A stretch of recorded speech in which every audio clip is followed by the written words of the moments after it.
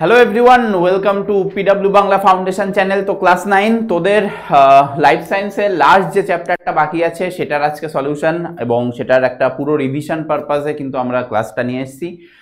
আশা করি ক্লাস যে আমাদের আগের চ্যাপ্টারটা হয়েছিল chapter 4 antigen antibody related, so সেইটা তোদের মোটামুটি ক্লিয়ার এবং চেষ্টা করেছি আমি হাতে নোটস দেওয়ার, যে এরকম নোটস তোরা লাস্ট টাইমে এক্সাম দেওয়ার আগে রিভিশন দিতে খুব ভালো মানে খুব জলদি যে ব্যাপারটা করতে পারবি সেটার জন্যই আমার তৈরি করা।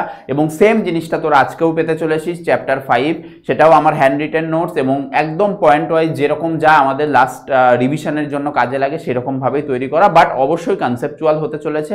সো সেটা নিয়ে কোনো অসুবিধা নেই এবং প্রত্যেকটা পোর্শন প্রত্যেকটা স্লাইডে আমরা যে যে কনসেপ্ট করব, যে যে কনসেপ্ট রিভিশন দেব সেই রিলেটেড কিন্তু কিছু কোশ্চেনও মানে একটা করে কোশ্চেনও কিন্তু আমার প্রত্যেকটা স্লাইডে থাকছে, যেটা তোরা আগের দিনও দেখেছিস। আর যারা যারা দেখিসনি চ্যাপ্টার 4 অবশ্যই দেখে নে, খুব ইম্পর্টেন্ট একটা চ্যাপ্টার, যেখান থেকে কিন্তু কোশ্চেন আসে প্রচুর।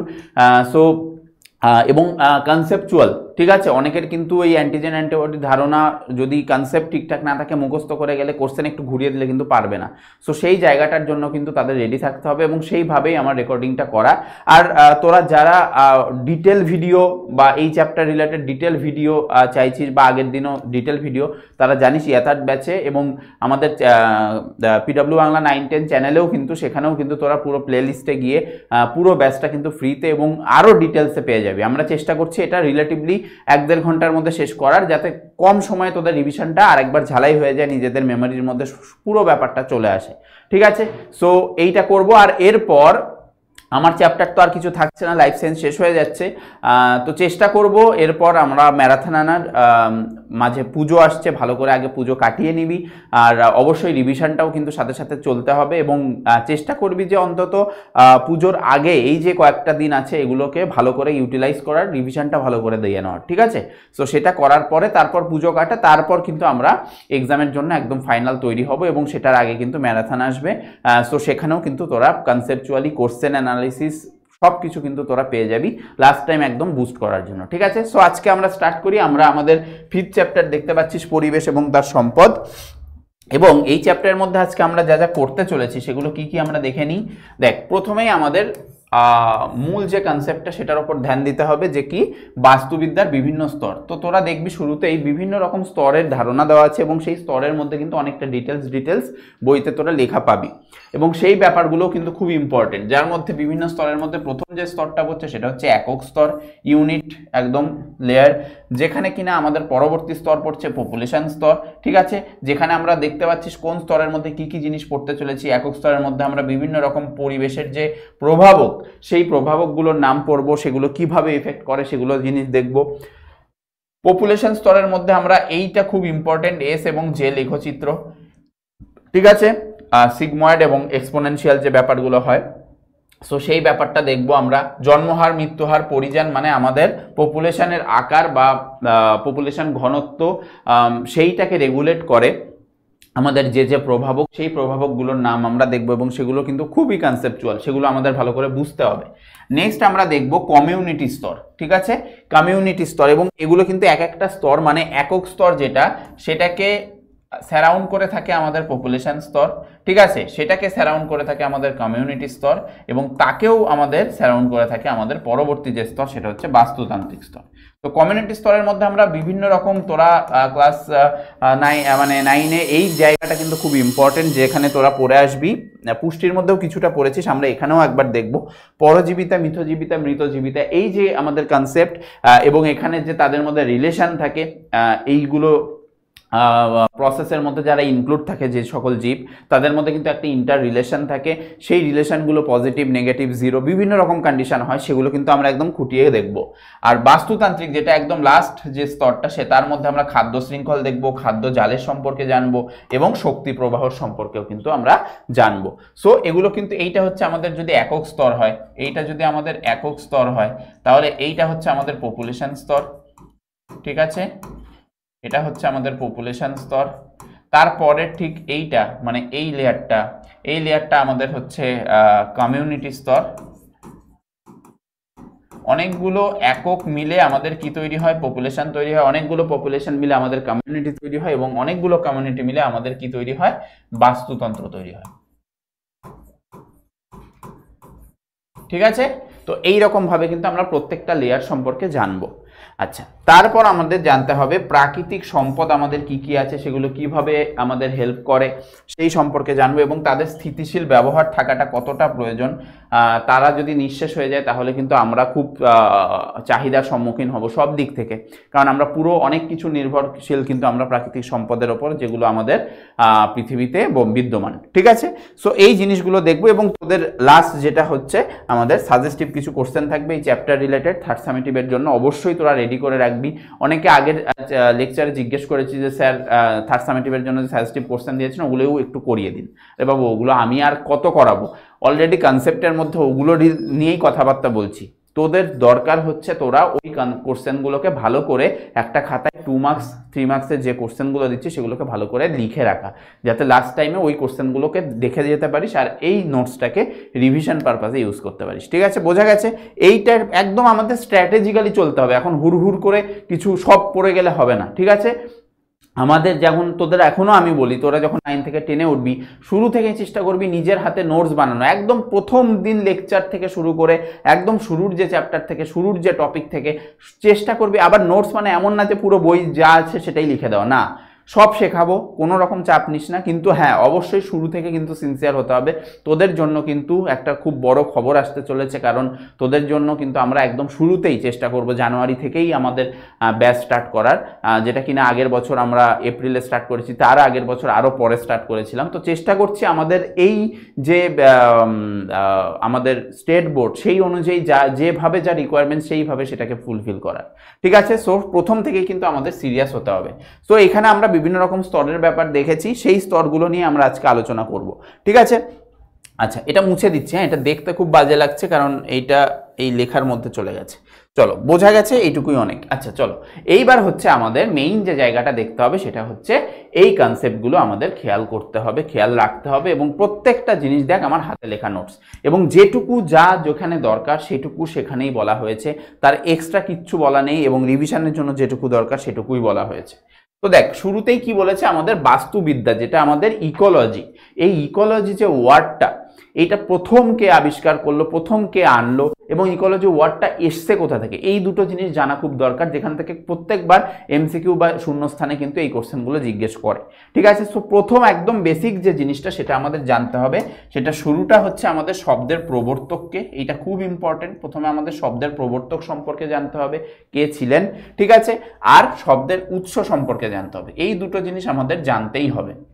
সো আমরা দেখতে পাচ্ছি যে এই যে শব্দের প্রবর্তক তিনি কে ছিলেন, তিনি কে ছিলেন শব্দের প্রবর্তক, তিনি ছিলেন আমাদের জার্মান বিজ্ঞানী। এই অবশ্যই এই জিনিসগুলো মাথায় রাখবি, কোথাকার বিজ্ঞানী এবং বিজ্ঞানীটার কি নাম, বিজ্ঞানীটার কি নাম দেখছি আমরা, আর্নস্ট হেকেল।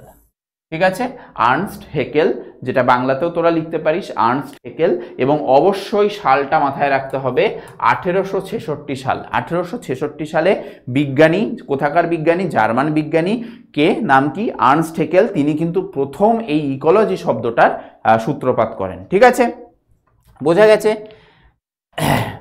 নেক্সট, শব্দের উৎস। এবার শব্দের উৎস মানে ইকোলজি যে ওয়ার্ডটা, এটা এসছে কোথা থেকে সেটা যদি জানতে হয় আমাদের ইকোলজি ওয়ার্ডটাকে ভাঙতে হবে। জার্মান শব্দ, যেহেতু জার্মান বিজ্ঞানী ইউজ করেছেন, সো সেখানে আমাদের কি হচ্ছে, গ্রিক যে শব্দটা, আমাদের এই গ্রিক শব্দ থেকে কিন্তু আমাদের ইকোলজি শব্দটা জার্মান বিজ্ঞানী ইন্সপায়ার্ড হয়ে সেই ওয়ার্ডটাকে ইউজ করেন। কি গ্রিক শব্দটা, সেই গ্রিক শব্দটা হচ্ছে আমাদের ওইকস। হ্যাঁ, ইকোলজি এই ওয়ার্ডটাকে যদি আমি দুটো ভাগে ভাঙি তাহলে আমাদের প্রথম যে ওয়ার্ডটা হয় সেটা হচ্ছে ওইকস, যেটার মানে কি, যেটার মানে হচ্ছে আমরা জানি বাসস্থান, আর লগস, লগস মানে কি, জ্ঞান। তোরা যেমন বায়োলজি বায়োস আর লগস, তেমনি ইকোলজি হচ্ছে ওইকস আর লগস, এগুলো সবই কিন্তু গ্রিক শব্দ থেকে আগত। ঠিক আছে, তাহলে গ্রিক শব্দ ওইকস, যার অর্থ কি, অবশ্যই অর্থগুলো মাথায় রাখতে হবে। বাসস্থান, ওইকস মানে বাসস্থান, যেখানে কোনো একটা স্থান বোঝাচ্ছে, যে স্থানে কিন্তু সব জীব প্রজাতি থাকছে, উইথ আমাদের নন লিভিং থিংস সেগুলোও থাকছে। এছাড়া আমাদের লগস, লগস মানে হচ্ছে জ্ঞান বা সেই সম্পর্কে যে পড়াশোনা, সেই সম্পর্কে যে ধারণা, সেই সম্পর্কে যে জানার যে ব্যাপারটা, সেটাই হচ্ছে আমাদের লগস। তাহলে আমরা দুটো জিনিস জানলাম এবং দুটো জিনিসই খুব ইম্পর্টেন্ট। একটা হচ্ছে ইকোলজি শব্দটা কে এনেছেন, প্রথম কে ইউজ করেছেন, সেটা হচ্ছে আমাদের কি বিজ্ঞানীর কি নাম, আমাদের জার্মান বিজ্ঞানী আর্নস্ট হেকেল 1866 খ্রিস্টাব্দে। আর ইকোলজি যে ওয়ার্ডটা তিনি ইউজ করেছেন সেটা হচ্ছে একটা গ্রিক শব্দ থেকে নেওয়া, এবং সেই গ্রিক শব্দটা আমাদের কি কি, কোন দুটো গ্রিক শব্দকে মিলে আমার ইকোলজি ওয়ার্ডটা এসছে, একটা হচ্ছে ওইকস যেটার অর্থ হচ্ছে বাসস্থান, আর একটা হচ্ছে লগো যেটার অর্থ হচ্ছে জ্ঞান। ক্লিয়ার? ঠিক আছে, তাহলে আমাদের বাস্তুবিদ্যার ধারণার মধ্যে প্রথমে আমরা নর্মাল ভাবে বুঝতে পারলাম যে আমাদের বাসস্থান সংক্রান্ত যে জ্ঞান, যে বাসস্থানে আমাদের প্রচুর জীব প্রজাতি থাকবে এবং সেখানে কিছু নন লিভিং থিংসও থাকবে, সেগুলো মিলে আমার যে ব্যাপারটা তৈরি হচ্ছে সেটাই হচ্ছে আমাদের বাস্তুবিদ্যা বা ইকোলজি। ক্লিয়ার? বাস্তুবিদ্যা অধ্যয়নের স্তর। এইবার হচ্ছে আমাদের মেইন যে জায়গাটা আমাদের আসে সেটা হচ্ছে এই যে স্তর আমরা সূচিপত্রের বা কন্টেন্টসেও দেখলাম আজকে, সেই জায়গাগুলো কিভাবে আসছে, কোন কোন স্তর কার কার মধ্যে পড়ছে, এবং সেইগুলো আমাদের বাস্তুবিদ্যার অধ্যয়নের স্তর। আমরা বাস্তুবিদ্যাকে যদি আমরা জানতে চাই তাহলে আমাদের এই পরপর এই স্ট্র্যাটা অনুযায়ী কিন্তু এগোতে হবে। তার মধ্যে শুরুতেই তোরা বুঝতে পারছিস সেখানে আমাদের একক জীব স্তরের ব্যাপার থাকবে, সেখানে আমাদের একক জীব স্তরের ব্যাপার থাকবে, এবং যে একক জীব স্তরের ব্যাপার থাকছে সেটা আমার কোথা থেকে আসছে, সেটা আমার কি কাকে বোঝাবে, অট ইকোলজি। ওয়ার্ডটাকে ভালো করে ইউজ করবি, অটো ইকোলজি না, অট ইকোলজি। ঠিক আছে, টয় একটা হসন্ত আছে, সো অট ইকোলজি, যেটাকে আমরা ইংলিশে এইভাবে লিখি,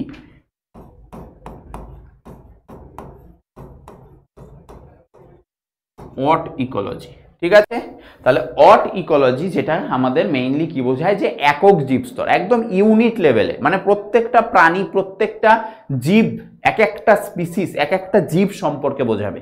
এক একটা জীব সম্পর্কে যখন বোঝাবে তখন সেটা হচ্ছে আমাদের অট ইকোলজি। এবং সেখানে আমাদের কি হচ্ছে, তাহলে এক একটা প্রজাতি বা এক একটা স্পিসিসের কন্ডিশন বোঝাচ্ছে। এই জন্য এই অট ইকোলজির ডেফিনেশনে কি বলা হবে, বা একক জীবস্তর সম্পর্কে আমরা কি জানতে পারবো, যে নির্দিষ্ট একটি প্রজাতির জীবের সঙ্গে পরিবেশের আন্তঃসম্পর্ক। তাহলে আমি পরিবেশের কথা অবশ্যই বলেছিলাম, কারণ বাসস্থান হতে গেলে সেখানে কিন্তু আমাদের নন এনভায়রনমেন্টাল বিভিন্ন, মানে নন লিভিং বিভিন্ন ফ্যাক্টরসও থাকছে, আলো হোক, উষ্ণতা হোক, সব রকমের। তো সেগুলো কিন্তু আমাদের থাকছে, এবং সেগুলো আমাদের এক একটা জীব প্রজাতির সঙ্গে যে রিলেশন তৈরি করেছে, এক একটা জীব প্রজাতিকে সেইখানে থাকতে গেলে যে যে কন্ট্রোল করছে সেটা, ঠিক আছে, তার সাথে যে আমাদের জীব প্রজাতির যে সম্পর্ক, বাট অবশ্যই সেটা নির্দিষ্ট জীব প্রজাতি হতে হবে। তাহলে নির্দিষ্ট যখন জীব প্রজাতি হবে তখন সেটা একক কন্ডিশন বোঝাচ্ছে, একক প্রজাতি হিসেবে বোঝাচ্ছে, একক লেভেলে বোঝাচ্ছে। এই কারণে আমরা ইউজ করি অট ইকোলজি।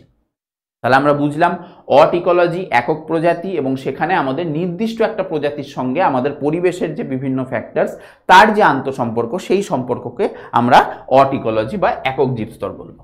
নেক্সট হচ্ছে আমাদের সিন ইকোলজি। ঠিক আছে, সিন ইকোলজিকে আমরা ইংলিশে কিরকম লিখি, SYN তারপর ইকোলজি, সিন ইকোলজি।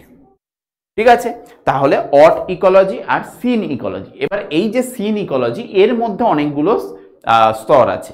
একক জীব স্তর একদম একটা স্পিসিস লেভেলে বোঝাচ্ছে, আর এখানে যখন সিন ইকোলজি বোঝাবে তাহলে সেখানে কিন্তু একাধিক প্রজাতির ব্যাপার থাকবে। এখানে একটা নির্দিষ্ট প্রজাতির কন্ডিশন ছিল, এখানে আমাদের একাধিক প্রজাতির কন্ডিশন থাকবে।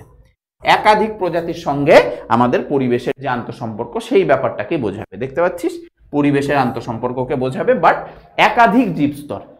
হয়তো কোথাও বাঘের প্রজাতি বোঝালো, কোথাও মানকির প্রজাতি বোঝালো, কোথাও হাঁসের প্রজাতি বোঝালো। তো সবগুলো মিলে আমাদের যে পরিবেশের সঙ্গে তাদের যে আন্তঃসম্পর্ক, তারা যেখানে থাকছে সেই বাসস্থানের যে কন্ডিশনটা, সেইটাকে আমরা পড়বো কার মধ্যে, সিন ইকোলজির মধ্যে। এবং সিন ইকোলজি এটাই বোঝায় যে সিন ইকোলজি কিন্তু অট ইকোলজি থেকে এইভাবেই আলাদা, যে সিন ইকোলজির মধ্যে আমাদের একক কন্ডিশন কোথাও থাকছে না। এখানে আমাদের তিনটে স্তর, যেটাকে আমরা বলেছিলাম পপুলেশন স্তর, কমিউনিটি স্তর আর বাস্তুতান্ত্রিক স্তর, এই তিনটে স্তর কিন্তু আমার কার মধ্যে পড়ছে, আমার সিন ইকোলজির মধ্যে পড়ছে। তাহলে যদি আমি পপুলেশন স্তরকে বলতে চাই, তাহলে অনেকগুলি একক জীব স্তর মিলে গঠিত, এটা আমরা লিখতে পারি, অনেকগুলি একক জীব স্তর, একক জীব স্তরের সমন্বয়, অনেকগুলি একক জীব স্তরের সমন্বয়, ঠিক কিনা? অনেকগুলো একক জীব স্তরের সমন্বয়। সেকেন্ড, কমিউনিটি স্তর। তাহলে কমিউনিটি স্তর আমি ওই যে স্ট্র্যাটাটা বুঝিয়েছিলাম যে একক জীব স্তরকে ঘিরে পপুলেশন স্তর থাকছে, পপুলেশন স্তরকে ঘিরে আবার থাকছে কমিউনিটি স্তর। সো কমিউনিটি স্তর কিন্তু একাধিক পপুলেশন স্তরের সমন্বয়, একাধিক পপুলেশন স্তরের সমন্বয়। কিভাবে বুঝবো আমরা? ধর একক জীব স্তরে আমি একটা বাঘের প্রজাতির কথা বলছি, ঠিক আছে, তার সাথে পরিবেশের যে সম্পর্ক। পপুলেশন স্তরে আমি বাঘের সাথে সাথে হরিণের প্রজাতি নিলাম সাপোজ, ধর তার সাথে সাথে আরো অনেকগুলো হতে পারে, আমি দুটো ধরে করছি, হরিণের প্রজাতি আমি ধরলাম, তাহলে সেটা পপুলেশন স্তর। পপুলেশন স্তর মানে একটা হচ্ছে আমাদের কিসের প্রজাতি? বাঘের প্রজাতি, সেটা একটা পপুলেশন, একটা হরিণের প্রজাতি, সেটা একটা আলাদা পপুলেশন। কমিউনিটি স্তর হচ্ছে অনেকগুলো পপুলেশন স্তর মিলে, মানে এখানে ধর বাঘের প্রজাতি, হরিণের প্রজাতি, হাতির প্রজাতি, গন্ডারের প্রজাতি, এরকম প্রচুর জীব স্তর মিলে আমাদের এবং তাদের সাথে যে আমাদের পরিবেশের আন্তঃসম্পর্ক, সেই ব্যাপারগুলো আমাদের কমিউনিটি স্তরে বোঝাবে, অনেকগুলো পপুলেশন মিলে। এবার তাহলে একটা কমিউনিটি তৈরি হলো, একটা অঞ্চলে পুরো অনেক রকম পপুলেশন মিলে একটা স্তর তৈরি হলো, এবং সেইটা যদি একটা পুরো বিশাল একটা জিওগ্রাফিক্যাল এরিয়ার মধ্যে আমরা কল্পনা করি, তাহলে সেই রকম পপুলেশন বা সেই রকম কমিউনিটি আমরা আরো অনেক জায়গায় পাবো সেই পুরো একটা জীব স্তরের মধ্যে। তো সেই যে জীব স্তর সেটাকে আমরা বাস্তুতান্ত্রিক স্তর বলি। তাহলে সেইখানে আমরা কি লিখবো? অনেকগুলি বা একাধিক কমিউনিটি স্তর মিলিয়ে, অনেকগুলি কমিউনিটি স্তরের সমন্বয়। বোঝা গেছে? তো এই তিনটে জিনিস আমাদের জানতে হবে যে কোনটার মানে কি এবং কিভাবে সেটা কাজ করছে। তাহলে এখানে কিন্তু আমাদের এই কন্ডিশনটাই ছিল যে ধর আমি এখানে একক জীব স্তর, যেটা এইখানে আমি ছবিটা আঁকছি, সাপোজ এইটা হচ্ছে আমাদের একটা পপুলেশনের স্তর, ঠিক আছে, এটা হচ্ছে একক জীব স্তরকে বোঝাচ্ছে। তাহলে এটাকে আমরা কি বোঝাবো? একক জীব স্তর।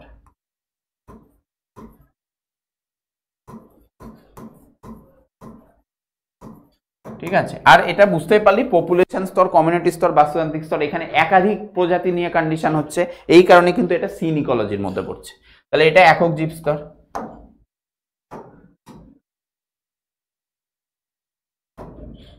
দেন ধর এইটা, তাহলে এইটা আমাদের কি স্তর? পপুলেশন স্তর, এককের পর পপুলেশন, ঠিক।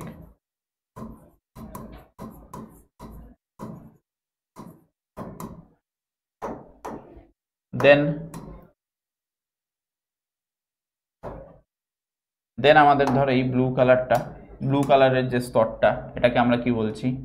ধর বলছি কমিউনিটি স্তর।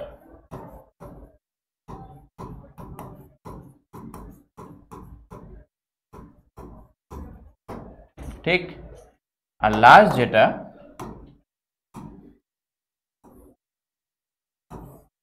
এই কিলো করেছে,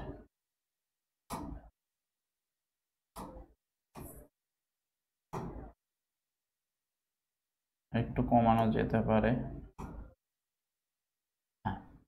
তো এই যে ইয়েলো কালারের যেটা, সেটা হচ্ছে আমাদের একদম বাইরের লাস্ট স্তর যেটা, সেটাকে কি আমরা বলবো? সেটাকে আমরা বলবো বাস্তুতান্ত্রিক স্তর।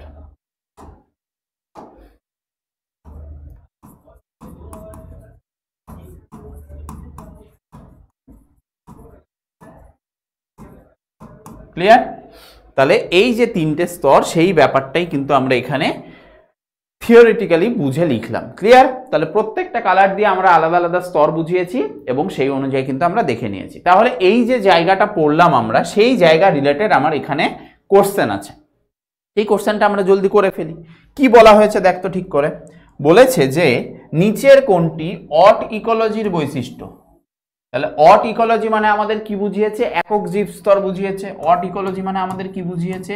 এইটা মানে জলদি আমাদের মাথায় আসতে হবে, যখনই আমরা শুনবো অট ইকোলজি বলেছে, তার মানে আমাদের এখানে একক জীব স্তরের কথা বলেছে। একক জীব স্তর মানে আমি কি বলেছিলাম? একক জীব স্তর মানে হচ্ছে একটা নির্দিষ্ট প্রজাতির সঙ্গে পরিবেশের যে আন্তঃসম্পর্ক, সেইটা। তো দেখে নিই আমরা কি আছে। দুটি ভিন্ন প্রজাতি, প্রথমেই ক্রস, যখনই দুটির কথা বলছে তখনই ক্রস। এটি বাস্তুতন্ত্রের প্রাথমিক একককে বোঝায়। আচ্ছা, বাস্তুতন্ত্রের প্রাথমিক একককে বোঝায়, হ্যাঁ এটা হতে পারে। কমিউনিটি আর পপুলেশন এই স্তরের অন্তর্ভুক্ত না। কমিউনিটি আর পপুলেশন এটা আমাদের সিন ইকোলজির মধ্যে অন্তর্ভুক্ত, অট ইকোলজির মধ্যে আমাদের শুধু একক জীবস্তর অন্তর্ভুক্ত। বি ও সি উভয় সঠিক না, সি তো ভুল হচ্ছে, সি তো ভুল হচ্ছে, তাহলে এটাও ভুল।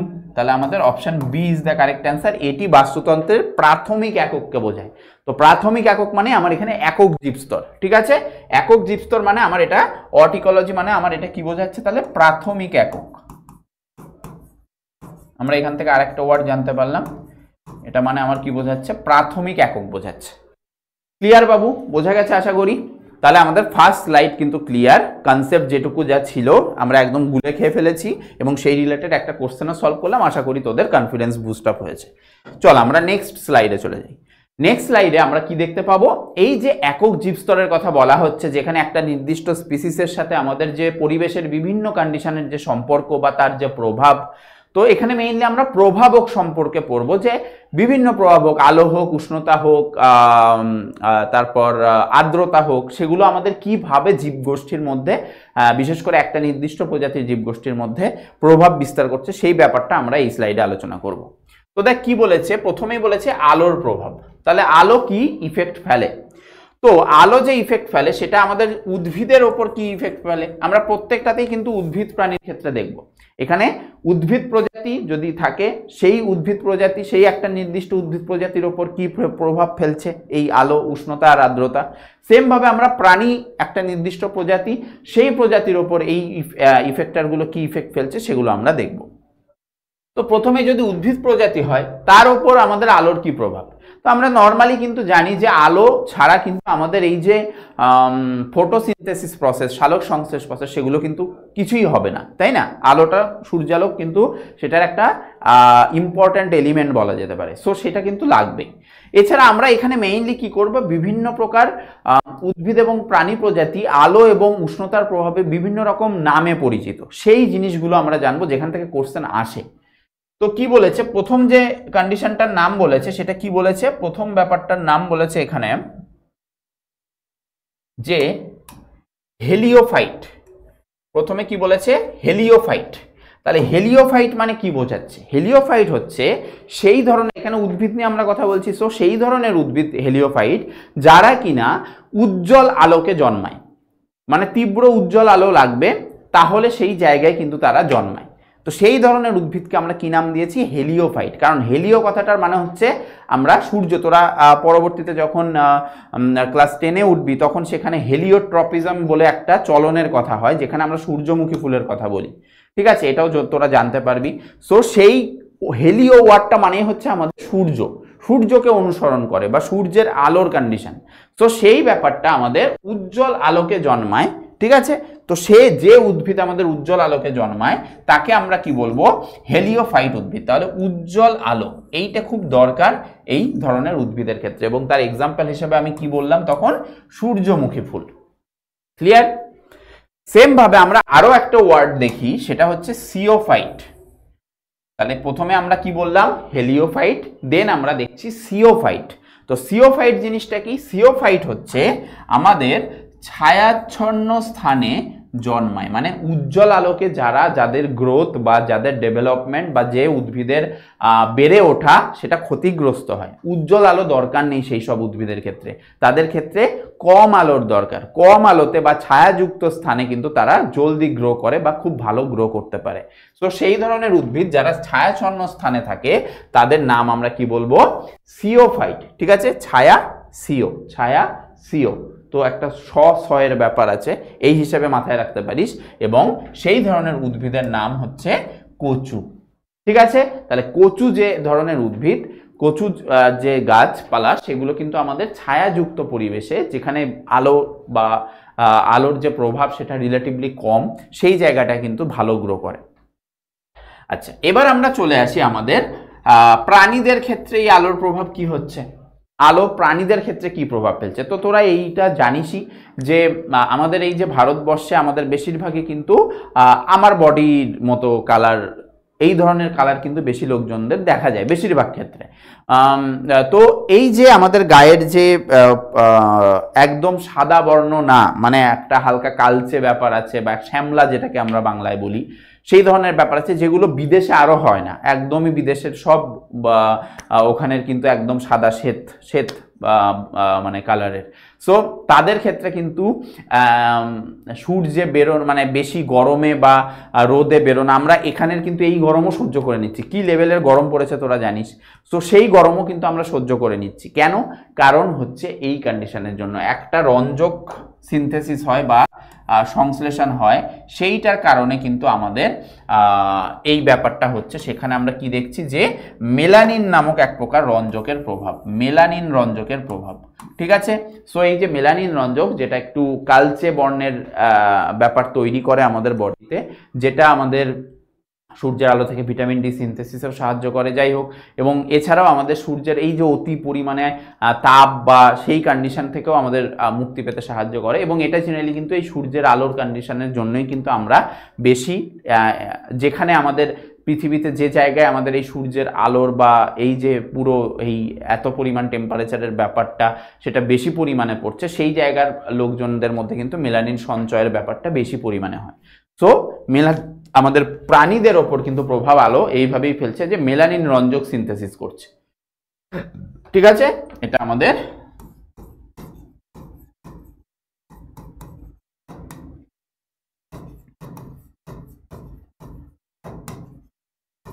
চর্মের নিচের স্তরে মেলানিন সঞ্চয়।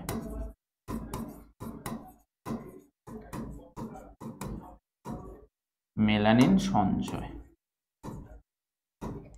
ক্লিয়ার, বোঝা গেছে আশা করি।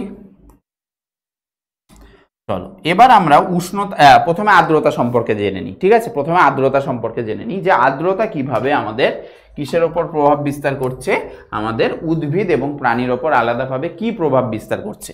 তো এই যে আর্দ্রতা মানে কি? ময়েশ্চার, যেখানে জলীয় বাষ্পের কন্ডিশন আমাদের প্রকৃতিতে থাকছে। বেশি বৃষ্টিপাত হলে সেই ব্যাপারগুলো আরো বাড়ে। সো এখানে যে উদ্ভিদের ওপর আর্দ্রতা প্রভাব বিস্তার করবে, সেখানে যে উদ্ভিদগুলোর নাম বা কন্ডিশন সৃষ্টি হয়, যার মধ্যে আছে একটা হচ্ছে জেরোফাইট উদ্ভিদ। তো জেরোফাইট উদ্ভিদের কথা তোরা শুনেছিস, যেখানে আমাদের মরুভূমি অঞ্চলে সেই শুষ্ক পরিবেশে কিন্তু এই ধরনের উদ্ভিদ, বা যেটাকে আমরা জাঙল উদ্ভিদ বলি, এটাকে আমরা আরেকটা বাংলা ওয়ার্ডে কি বলি? জাঙল উদ্ভিদ।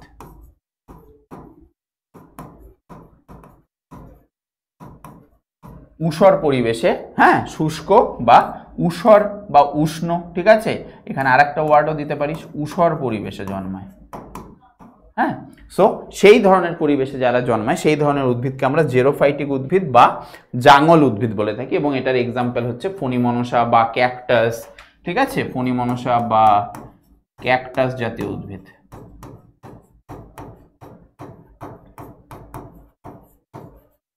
ঠিক আছে, এই ধরনের উদ্ভিদ কিন্তু আমাদের জেরোফাইটিক উদ্ভিদ। এছাড়াও আমাদের আরেক ধরনের উদ্ভিদ আছে, সেটা হচ্ছে পর্ণমোচী উদ্ভিদ। তো দেখ, পর্ণমোচী ওয়ার্ডটার মানে হচ্ছে, পর্ণ কথাটার মানে হচ্ছে পাতা, আর মোচি মানে হচ্ছে মোচন, মানে পত্র মোচন, তাই না, পাতার মোচন। সো এই ধরনের আর্দ্রতা যে জায়গায় বেশি, সেই জায়গায় কিন্তু এই ধরনের বিভিন্ন উদ্ভিদের কিন্তু এই ধরনের কন্ডিশন দেখতে পাওয়া যায় যে তারা পত্রমোচন করে। এবং এই কন্ডিশন জেনারেলি শীতকালে শুষ্ক পরিবেশেই কিন্তু বেশিরভাগ ক্ষেত্রে দেখা যায়। শীতকালে যে শুষ্ক পরিবেশ, যেখানে কিনা আমাদের বায়ুমণ্ডলে আর্দ্রতা বেশি থাকে, সেই কন্ডিশনে কিন্তু বিভিন্ন উদ্ভিদ কিন্তু এইরকম পত্রমোচী টাইপের হয়। আচ্ছা, নেক্সট হচ্ছে আমাদের প্রাণী। এবার প্রাণীদের ওপর কিভাবে প্রভাব বিস্তার করে আর্দ্রতা। তো প্রাণীদের মধ্যে আমরা যদি সেম সেই মরুভূমি অঞ্চলে, সেই শুষ্ক অঞ্চলেই যদি চলে যাই, তাহলে আমরা আরেকটা প্রাণী পাবো, সেটা হচ্ছে উট। তো উটের ক্ষেত্রে কি হয়? উটের কিন্তু সেই পরিবেশে অভিযোজন সম্পন্ন হয় এবং তারা নিজেদের বডির মধ্যে বিভিন্ন কিছু রেগুলেট করে, যাতে তাদের রিলেটিভলি তাদের বডি থেকে ময়েশ্চার কমে না যায়, বডিতে ময়েশ্চার বজায় থাকে, বডিতে জলের পরিমাণ বজায় থাকে, জল মানে সঞ্চয় করার কন্ডিশনের কিন্তু তারা বিশ্বাসী। তো এই যে উটের অভিযোজন মরু অঞ্চলে, সেই কন্ডিশনটা কিন্তু আমাদের আর্দ্রতার উপর ডিপেন্ড করছে এবং সেইখানে কিন্তু শুষ্ক একটা পরিবেশ, ঠিক আছে, এবং সেখানে সে চেষ্টা করে বিভিন্ন কন্ডিশন করে যে উট নিজেদের ভেতরে জলের যে সঞ্চয় সেটা বজায় রাখে। সেখানে উটের যে কুজ আছে সেই কুজের মধ্যে ফ্যাট থাকে, সেই ফ্যাটের জারণ ঘটিয়ে জল তৈরি করা। তারপর হচ্ছে তাদের যে পরবর্তীতে পড়বি, তোরা ক্লাস 10এই আছে এই জিনিসগুলো। উটের হচ্ছে বডির যে ত্বক সেটা খুব পুরু হয়, মোটা হয়, যার ফলে সহজে তাদের বডি থেকে যে ঘামের যে ব্যাপারটা সেটা তৈরি হয় না। এছাড়াও তারা যে শুষ্ক মূত্র এবং মল ত্যাগ করে, এছাড়াও তাদের আরবিসি যে রেড ব্লাড সেল তোরা জানিস সেইটা কিন্তু মানে ডিফারেন্ট স্ট্রাকচারের হয়, ডিম্বাকার স্ট্রাকচারের হয়, এবং সেটা অনেক মানে তারা অনেক দিন যাবৎ কিন্তু জল খায় না, আর যখন খায় তখন অনেকটা অবধি খেয়ে নেয়, এবং সেটার জন্য কিন্তু তাদের আরবিসি ফেটে যায় না, তারা জলটাকে সঞ্চয় করে রাখতে পারে, আমাদের থেকে অনেক গুণ বেশি কিন্তু তারা প্রসারিত হতে পারে। সো এই কারণে এই সব কিছু তোরা ক্লাস 10-এ পাবি, এবং শুধু এখানে এইটুকু মাথায় রাখ যে উট যে শুষ্ক অঞ্চলে বা সেই মরুভূমি অঞ্চলে যে অভিযোজনটা ঘটাচ্ছে, সেখানে যে কন্ডিশনটা উটের ওপর তৈরি হচ্ছে সেটা হচ্ছে আমাদের আর্দ্রতার প্রভাব, এবং উট হচ্ছে একটা প্রাণী। ঠিক আছে, তাহলে আমরা আলোর প্রভাব পড়লাম, আর্দ্রতার প্রভাব পড়লাম, এবার আমরা একটু উষ্ণতার প্রভাব পড়ে নিই। তো উষ্ণতা কিভাবে আমাদের উদ্ভিদ এবং প্রাণীর উপরে যে প্রভাব সেটা ফেলছে। তো প্রথমেই উদ্ভিদের ক্ষেত্রে যদি আমি বলি তাহলে কি বলবো, এখানে মেগাথার্ম। মেগাথার্ম দেখ কথাটার মধ্যে আছে মেগা, মেগা মানে হচ্ছে বড় বা বিশাল, বৃদ্ধি, এরকম একটা কন্ডিশন, এবং থার্ম মানে হচ্ছে উষ্ণতা। তার মানে কি, বেশি উষ্ণতায় যে ধরনের উদ্ভিদগুলো বেঁচে থাকে সেই উদ্ভিদগুলোকে আমরা বলবো মেগাথার্ম। দেখতে পাচ্ছিস এইটা মানে হচ্ছে বেশি, এই ওপরের সাইন মানে হচ্ছে হাই, ইনক্রিজ টেম্পারেচার, এটার মানে বোঝা যায় ইনক্রিজিং টেম্পারেচার। সো ইনক্রিজিং টেম্পারেচারে যে ধরনের উদ্ভিদ গ্রো করতে পারে তাদেরকে আমরা বলবো মেগাথার্ম। আর একটা আছে হচ্ছে হেকিস্টোথার্ম। এছাড়াও মাইক্রোথার্মও আছে যেটা কম উষ্ণতায় গ্রো করতে পারে, বাট হেকিস্টোথার্ম হচ্ছে একদম বেসিক্যালি আমরা যেভাবে এটা ডেফিনেশন করলাম মেগাথার্মের, সেইভাবে আমরা হেকিস্টোথার্মেরও ডেফিনেশন করতে পারি, যেটাকে আমরা বলবো লোয়ারিং টেম্পারেচার।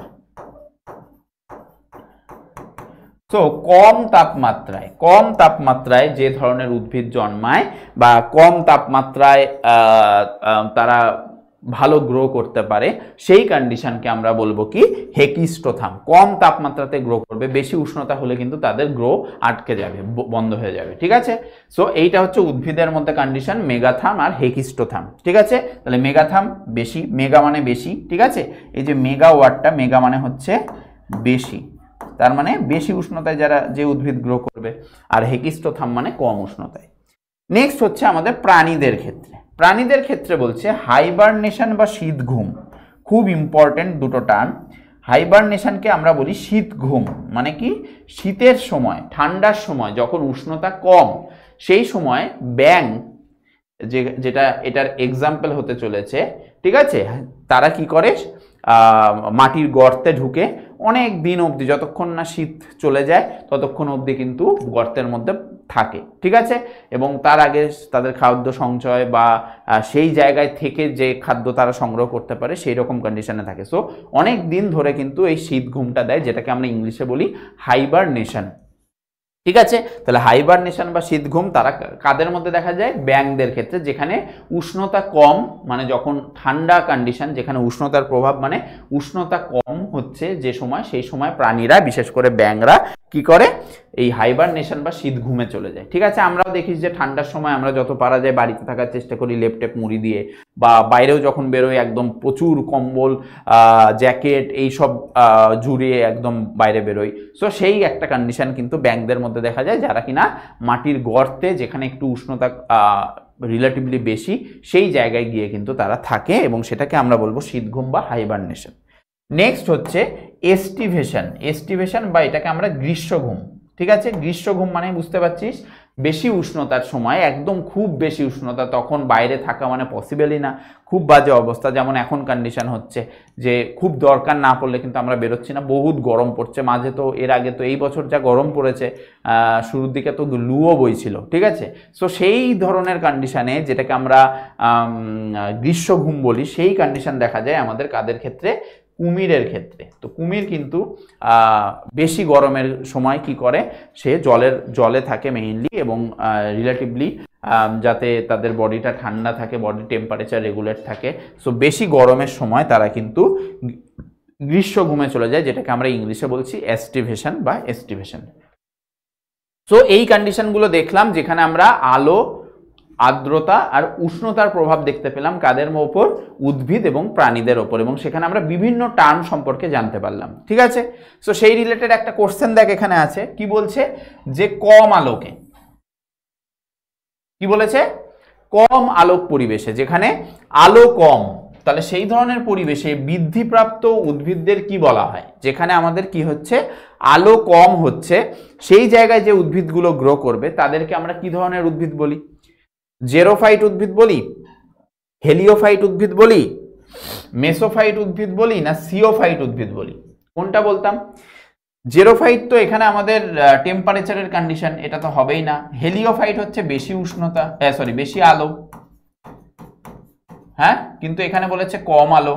মেসোফাইটের নাম আমরা সেরকম ভাবে দেখিনি। আর সিওফাইট যেটা দেখ এখানে ছিল, ছায়াচ্ছন্ন স্থানে জন্মায়, যেটা আমরা এক্সাম্পল পড়েছি কচু। তো এই যে কচু যে উদ্ভিদটা, সেটা কম আলোকে কিন্তু গ্রো করে। সো কম আলোক পরিবেশে বৃদ্ধিপ্রাপ্ত উদ্ভিদদের মধ্যে আমাদের সিওফাইট পড়ছে, যার এক্সাম্পল আমরা কি জানি? কচু। তাহলে এটা হচ্ছে আমাদের লোয়ারিং আলো, আলো কম থেকে যে গ্রো করে, এবং এটার এক্সাম্পল আমরা কি পড়েছি?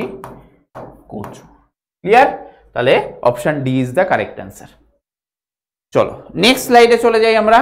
এইটা হচ্ছে খুব ইম্পর্টেন্ট, আজকে পুরো চ্যাপ্টারের মধ্যে যদি ইম্পর্টেন্ট বলতে বলিস আমাকে, তাহলে বলবো এই স্লাইডটা খুব বেশি ইম্পর্টেন্ট একটা স্লাইড, যেখানে আমরা পপুলেশনের স্তর, বিশেষ করে তার মধ্যে আমরা একক স্তর হয়ে গেল আগের স্লাইডে, এইখানে আমরা পপুলেশনের যে স্তর আছে তার মধ্যে আমরা এই কয়েকটা জিনিস পড়বো, যার মধ্যে আমাদের এস আর এবং জে কার্ভ আছে, দুটো গ্রোথ কার্ভ সম্পর্কে আমরা জানবো, সেটা কিভাবে রেগুলেট হচ্ছে সেটা সম্পর্কে জানবো, এবং পপুলেশন, একটা জায়গার পপুলেশন, তার আকার বা ঘনত্ব, সেটা কিভাবে রেগুলেট হয়, কোন কোন ফ্যাক্টর দিয়ে রেগুলেট হয়, সেই সম্পর্কেও কিন্তু আমরা এই স্লাইডে জানতে চলেছি, ঠিক আছে। তো দেখ শুরুতেই কি বলছে, যে পপুলেশন ঘনত্ব সম্পর্কে আমরা জেনারেলি কি জানি? একটা বাঘের পপুলেশন, সেটা সম্পর্কে আমি কি জানি? যে একটা নির্দিষ্ট জায়গায়, একটা নির্দিষ্ট সময়ে বাঘের কতগুলো বাঘ সেখানে থাকছে, সেটাকে আমরা বলি পপুলেশন, বা বাঘেদের যে আয়তন, সেখানে কতগুলো বাঘ থাকছে, ঠিক আছে। সো সেই যে সদস্য সংখ্যা সেইটা, তাহলে কি বলছি? একক স্থানে, একটা নির্দিষ্ট স্থানে, আমি বলেছি একটা নির্দিষ্ট সময়ে যতগুলো বাঘ থাকছে, সেটা হচ্ছে আমাদের বাঘের পপুলেশনের ঘনত্ব। সো এখানে পপুলেশন যে ঘনত্ব, সেটাকে আমরা কি দিয়ে ডিনোট করি? পপুলেশন যে ঘনত্ব, সেটাকে আমরা ডিনোট করি, এটা হচ্ছে একটা ফর্মুলা, এবং সেখানে আমাদের এই যে পপুলেশন ঘনত্ব, এই ঘনত্বকে আমরা কি দিয়ে ডিনোট করি? ডি। ডি ফর কি? D for density, D for density, ঠিক আছে। তাহলে পপুলেশনের ঘনত্ব ডি ইজ ইকুয়াল টু কি? সদস্য সংখ্যা, মানে নাম্বার অফ মেম্বার্স, এটা যাদের পপুলেশন ঘনত্ব জানতে চাইছি সেইটা, তাদের, ঠিক আছে। তাহলে নাম্বার অফ সেই সদস্য সংখ্যা কত, এবং একক স্থান, ঠিক আছে। তাহলে এন ফর হচ্ছে আমার সেই নাম্বার, হ্যাঁ, আর একক স্থান, একটা নির্দিষ্ট স্থান, যেটাকে আমরা এস দিয়ে ডিনোট করি, তাহলে আমাদের এখান থেকে কি বেরোলো? এখান থেকে আমরা কি পেলাম?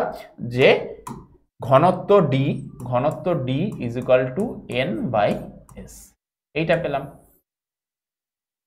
তাই তো। তাহলে ঘনত্ব ইজ ইকুয়াল টু, যে প্রাণী বা উদ্ভিদের ঘনত্ব নির্ণয় করতে চাইছিস তাদের সংখ্যা লাগবে, এবং সেটাকে সেই স্থান, যে এরিয়া, সেইটার আয়তন, সেইটাতে আমাকে ডিভাইড করতে হবে, তাহলে আমরা কি পাবো? সেই পপুলেশন বা সেই জীবের পপুলেশনের ঘনত্ব পাবো। এটা বহুত একটা বেসিক একটা জিনিস, যেটা তোদের মাথায় রাখতে হবে। এবার আমাদের চলে আসছে আমাদের এস এবং জে কার্ভ বা লেখচিত্র। তো এই যে দুটো কার্ভ দেখতে পাচ্ছি, যেখানে আমাদের প্রথমে দেখানো হয়েছে যে আকৃতির বৃদ্ধি, তাই না, যেখানে আমাদের প্রথমে কি বলা হয়েছে, যে আকৃতির বৃদ্ধি, অ্যান্ড দেন আমাদের বলা হয়েছে এস আকৃতির বৃদ্ধি, ঠিক আছে। এবং এই রকম নামকরণ করার কারণ কি, এস এবং জে এই দুটো ওয়ার্ড দেওয়া মানে লেটার দেওয়ার কারণটা কি, সেগুলো আমরা এখানে জানতে পারবো। কি জানতে পারবো, এখানে দেখ এই যে আকৃতির কার্ভ, যেটাকে আমরা আরেকটা কথায় কি কার্ভ বলছি, exponential curve, exponential growth curve বলা হচ্ছে। আর এখানে যে এস আকৃতির বৃদ্ধি আমরা দেখতে পাচ্ছি বা এস আকৃতির কার্ভ দেখতে পাচ্ছি, সেটাকে আমরা কি বলছি, লজিস্টিক কার্ভ বা সিগময়েড কার্ভ, লজিস্টিক কার্ভ বা সিগময়েড কার্ভ বলছি। তো এই যে আকৃতির বৃদ্ধিটা হচ্ছে, এখানে যে কার্ভটা দেখতে পাচ্ছি, সব সময় এই যে গ্রাফটা আমি আঁকবো বা গ্রাফটা আমি দেখবো, সেই গ্রাফে এইটা হচ্ছে এক্স অ্যাক্সিস, এইটা হচ্ছে ওয়াই অ্যাক্সিস, জানিস তোরা। তো এক্স অ্যাক্সিস বরাবর আমরা কাকে নিয়েছি, সময় নিয়েছি, টাইম নিয়েছি, টি টাইম নিয়েছি, ঠিক আছে। আর সদস্য সংখ্যা যেটা, সেটাকে আমরা কি হিসাবে নিয়েছি, ওয়াই অ্যাক্সিসে নিয়েছি, ঠিক আছে। সদস্য সংখ্যাকে তোরা এন দিয়ে ডিনোট করতে পারিস। তার মানে আমরা এই যে কার্ভটা নির্ণয় করছি বা কার্ভটা দেখছি, সেটা আমাদের কি কার্ভ হচ্ছে, এনটি কার্ভ, ঠিক আছে। এই যে এখানেও আমাদের সেম সদস্য সংখ্যা এন আর সময় হচ্ছে আমার টি। তো এখানে আমাদের মেইনলি এনটি গ্রোথ কার্ভ বলা হয়, এটাকে আমরা এনটি গ্রোথ কার্ভও বলে থাকি। তো এই যে এনটি গ্রোথ কার্ভ, যেখানে আমরা ওয়াই অ্যাক্সিস বরাবর এন নিচ্ছি আর এক্স অ্যাক্সিস বরাবর টাইম নিচ্ছি, সেই অনুযায়ী আমাদের কত টাইমে কত সদস্য সংখ্যা একটা পপুলেশনের বাড়ছে, ঠিক আছে, বা কন্ডিশন কি হচ্ছে, সেই ব্যাপারটা আমরা এই কার্ভে দেখব। তো প্রথমে যদি আমরা যে আকৃতির কার্ভ দেখি, এখানে এই যে একটা ইয়েলো কালারের ডটেড লাইন টানা আছে এবং সেখানে বলা হয়েছে যে এইটাকে কি বলা হচ্ছে, ধারণ ক্ষমতা, বা এটাকে আমরা বলি ক্যারিং ক্যাপাসিটি। ক্যারিং ক্যাপাসিটি মানে কি, ক্যারিং ক্যাপাসিটি কি স্যার, ক্যারিং ক্যাপাসিটি হচ্ছে যে স্থানে তারা আছে, সেই স্থানে যে পরিমাণ খাদ্যদ্রব্য বা বাসস্থানের যে কন্ডিশন, সেটা সম্পদ যা আছে, সেই কন্ডিশনটা কত অবধি যে সদস্য কোনো জীবের সেটাকে বজায় রাখতে পারে বা সেখানে টিকে থাকতে পারে। তার বেশি হয়ে গেলে কিন্তু ধারণ ক্ষমতা বা ক্যারিং ক্যাপাসিটি বেরিয়ে চলে যাবে, ঠিক আছে, তখন কিন্তু আমাদের চাহিদা দেখা দেবে, তখন অসুবিধা দেখা দেবে। তো এই ক্যারিং ক্যাপাসিটিকে আমরা কে দিয়ে ডিনোট করি, ঠিক আছে। সো এইটা হচ্ছে ধারণ ক্ষমতার একটা লাইন, যেখানে আমাদের পপুলেশনের ধারণ ক্ষমতা বোঝানো হয়েছে। সেটা আমার এই অনুযায়ী তো বিভিন্ন রকম ধর থাকে, নাম্বার থাকে, এখানে অত ডিটেলস আমি দেখানোর চেষ্টা করিনি। সো সেই অনুযায়ী এখানে ধারণ ক্ষমতা কত এক একটা পপুলেশনের এক রকম হয়। সো এই যে ধারণ ক্ষমতা আছে, এইবার এখানে তোরা গ্রোথ কার্ভ দেখতে পাচ্ছিস, যখন যে আকৃতির কার্ভ বলছিস, তখন তোরা দেখতে পাচ্ছিস যে এই যে কার্ভটা, এটা একদম এক্সপোনেনশিয়ালি গ্রো করছে, তাই না। এটা কি গ্রো করছে, কোনো রকম ভাবে থামাথামি নেই, ধারণ ক্ষমতা অতিক্রম করে বাইরে বেরিয়ে গেছে, তাও কিন্তু সেটা কিন্তু বেড়েই যাচ্ছে। মানে এই ধরনের যে জীব, তাকে কিন্তু আমরা কোনো রকম ভাবে তার বৃদ্ধি থামাতে পারবো না, সেটা একদম সিস্টেমেটিক্যালি বেড়েই যাবে। সো সেই ধরনের গ্রোথকে আমরা বলি এক্সপোনেনশিয়াল গ্রোথ বা জে। দেখতে এটা জে এর মতো লাগছে না, এরকম জে এর মতো লাগছে না। সো এই কারণে এটার নাম দেওয়া হয়েছে জে কার্ভ, ঠিক আছে। এবং এই ধরনের কন্ডিশন আমরা জেনারেলি ব্যাকটেরিয়ার ক্ষেত্রে তাদের গ্রোথ আমরা এক্সপোনেনশিয়ালি দেখতে পারি, যদি তাদের একটা ল্যাব বেসিসে তাদের পুরো পরিমাণ, যত পরিমাণ খাবার দ্রব্য লাগবে তত সব কিছু যদি তাদেরকে আমরা দিই এবং সেই ল্যাব বেসিসে তাদেরকে আমরা গ্রো করাই, তখন কিন্তু তারা এক্সপোনেনশিয়ালি গ্রো করতে পারে, ঠিক আছে। তো এটা কিন্তু আমাদের একটা কন্ডিশন বেসড গ্রো বলা যায়। নর্মাল নেচারে কিন্তু এই ধরনের গ্রো খুব কমই দেখা যায়। আমরা যদি একটা কন্ডিশন ক্রিয়েট করি যে হ্যাঁ, ল্যাবে আমাদের যত পরিমাণ খাবার, কম্পিটিশন কম, সব কিছু করে যদি আমরা একটা জীবকে গ্রো করাতে চাই, তখন কিন্তু তারা এক্সপোনেনশিয়ালি গ্রো করবে। কারণ তাদেরকে কিন্তু কোনো রকম প্রবলেম করানো হয়নি, কোনো রকম সমস্যা দেওয়া হয়নি, যা চেয়েছে তাই দেওয়া হয়েছে। সো সেই অনুযায়ী কিন্তু তারা গ্রো করতেই থাকবে, তাদের কোনো রকম থামাথামির সিন নেই। কিন্তু এটা কিন্তু আমাদের ইন নেচার, নর্মাল নেচারে কিন্তু এটা কিন্তু জেনারেলি অ্যাপ্লিকেবল না, কারণ এইরকম ভাবে কোনো রকম কিছু মানে সম্ভব নয় যে একদম গ্রো করেই যাবে, ঠিক আছে, সেটা একটা সময় গিয়ে কিন্তু থামবে, ঠিক আছে। তো এই কারণে এটা কিন্তু লজিক্যাল গ্রোথ কার্ভ না, লজিক্যাল গ্রোথ কার্ভ হচ্ছে এস আকৃতির কার্ভ, যে কারণে এর নামও দেওয়া হয়েছে লজিস্টিক। তো লজিস্টিক কথাটা জেনারেলি লজিক্যাল থেকে এসছে। এই যে লজিস্টিক কথাটা, এটা হচ্ছে আমাদের জেনারেলি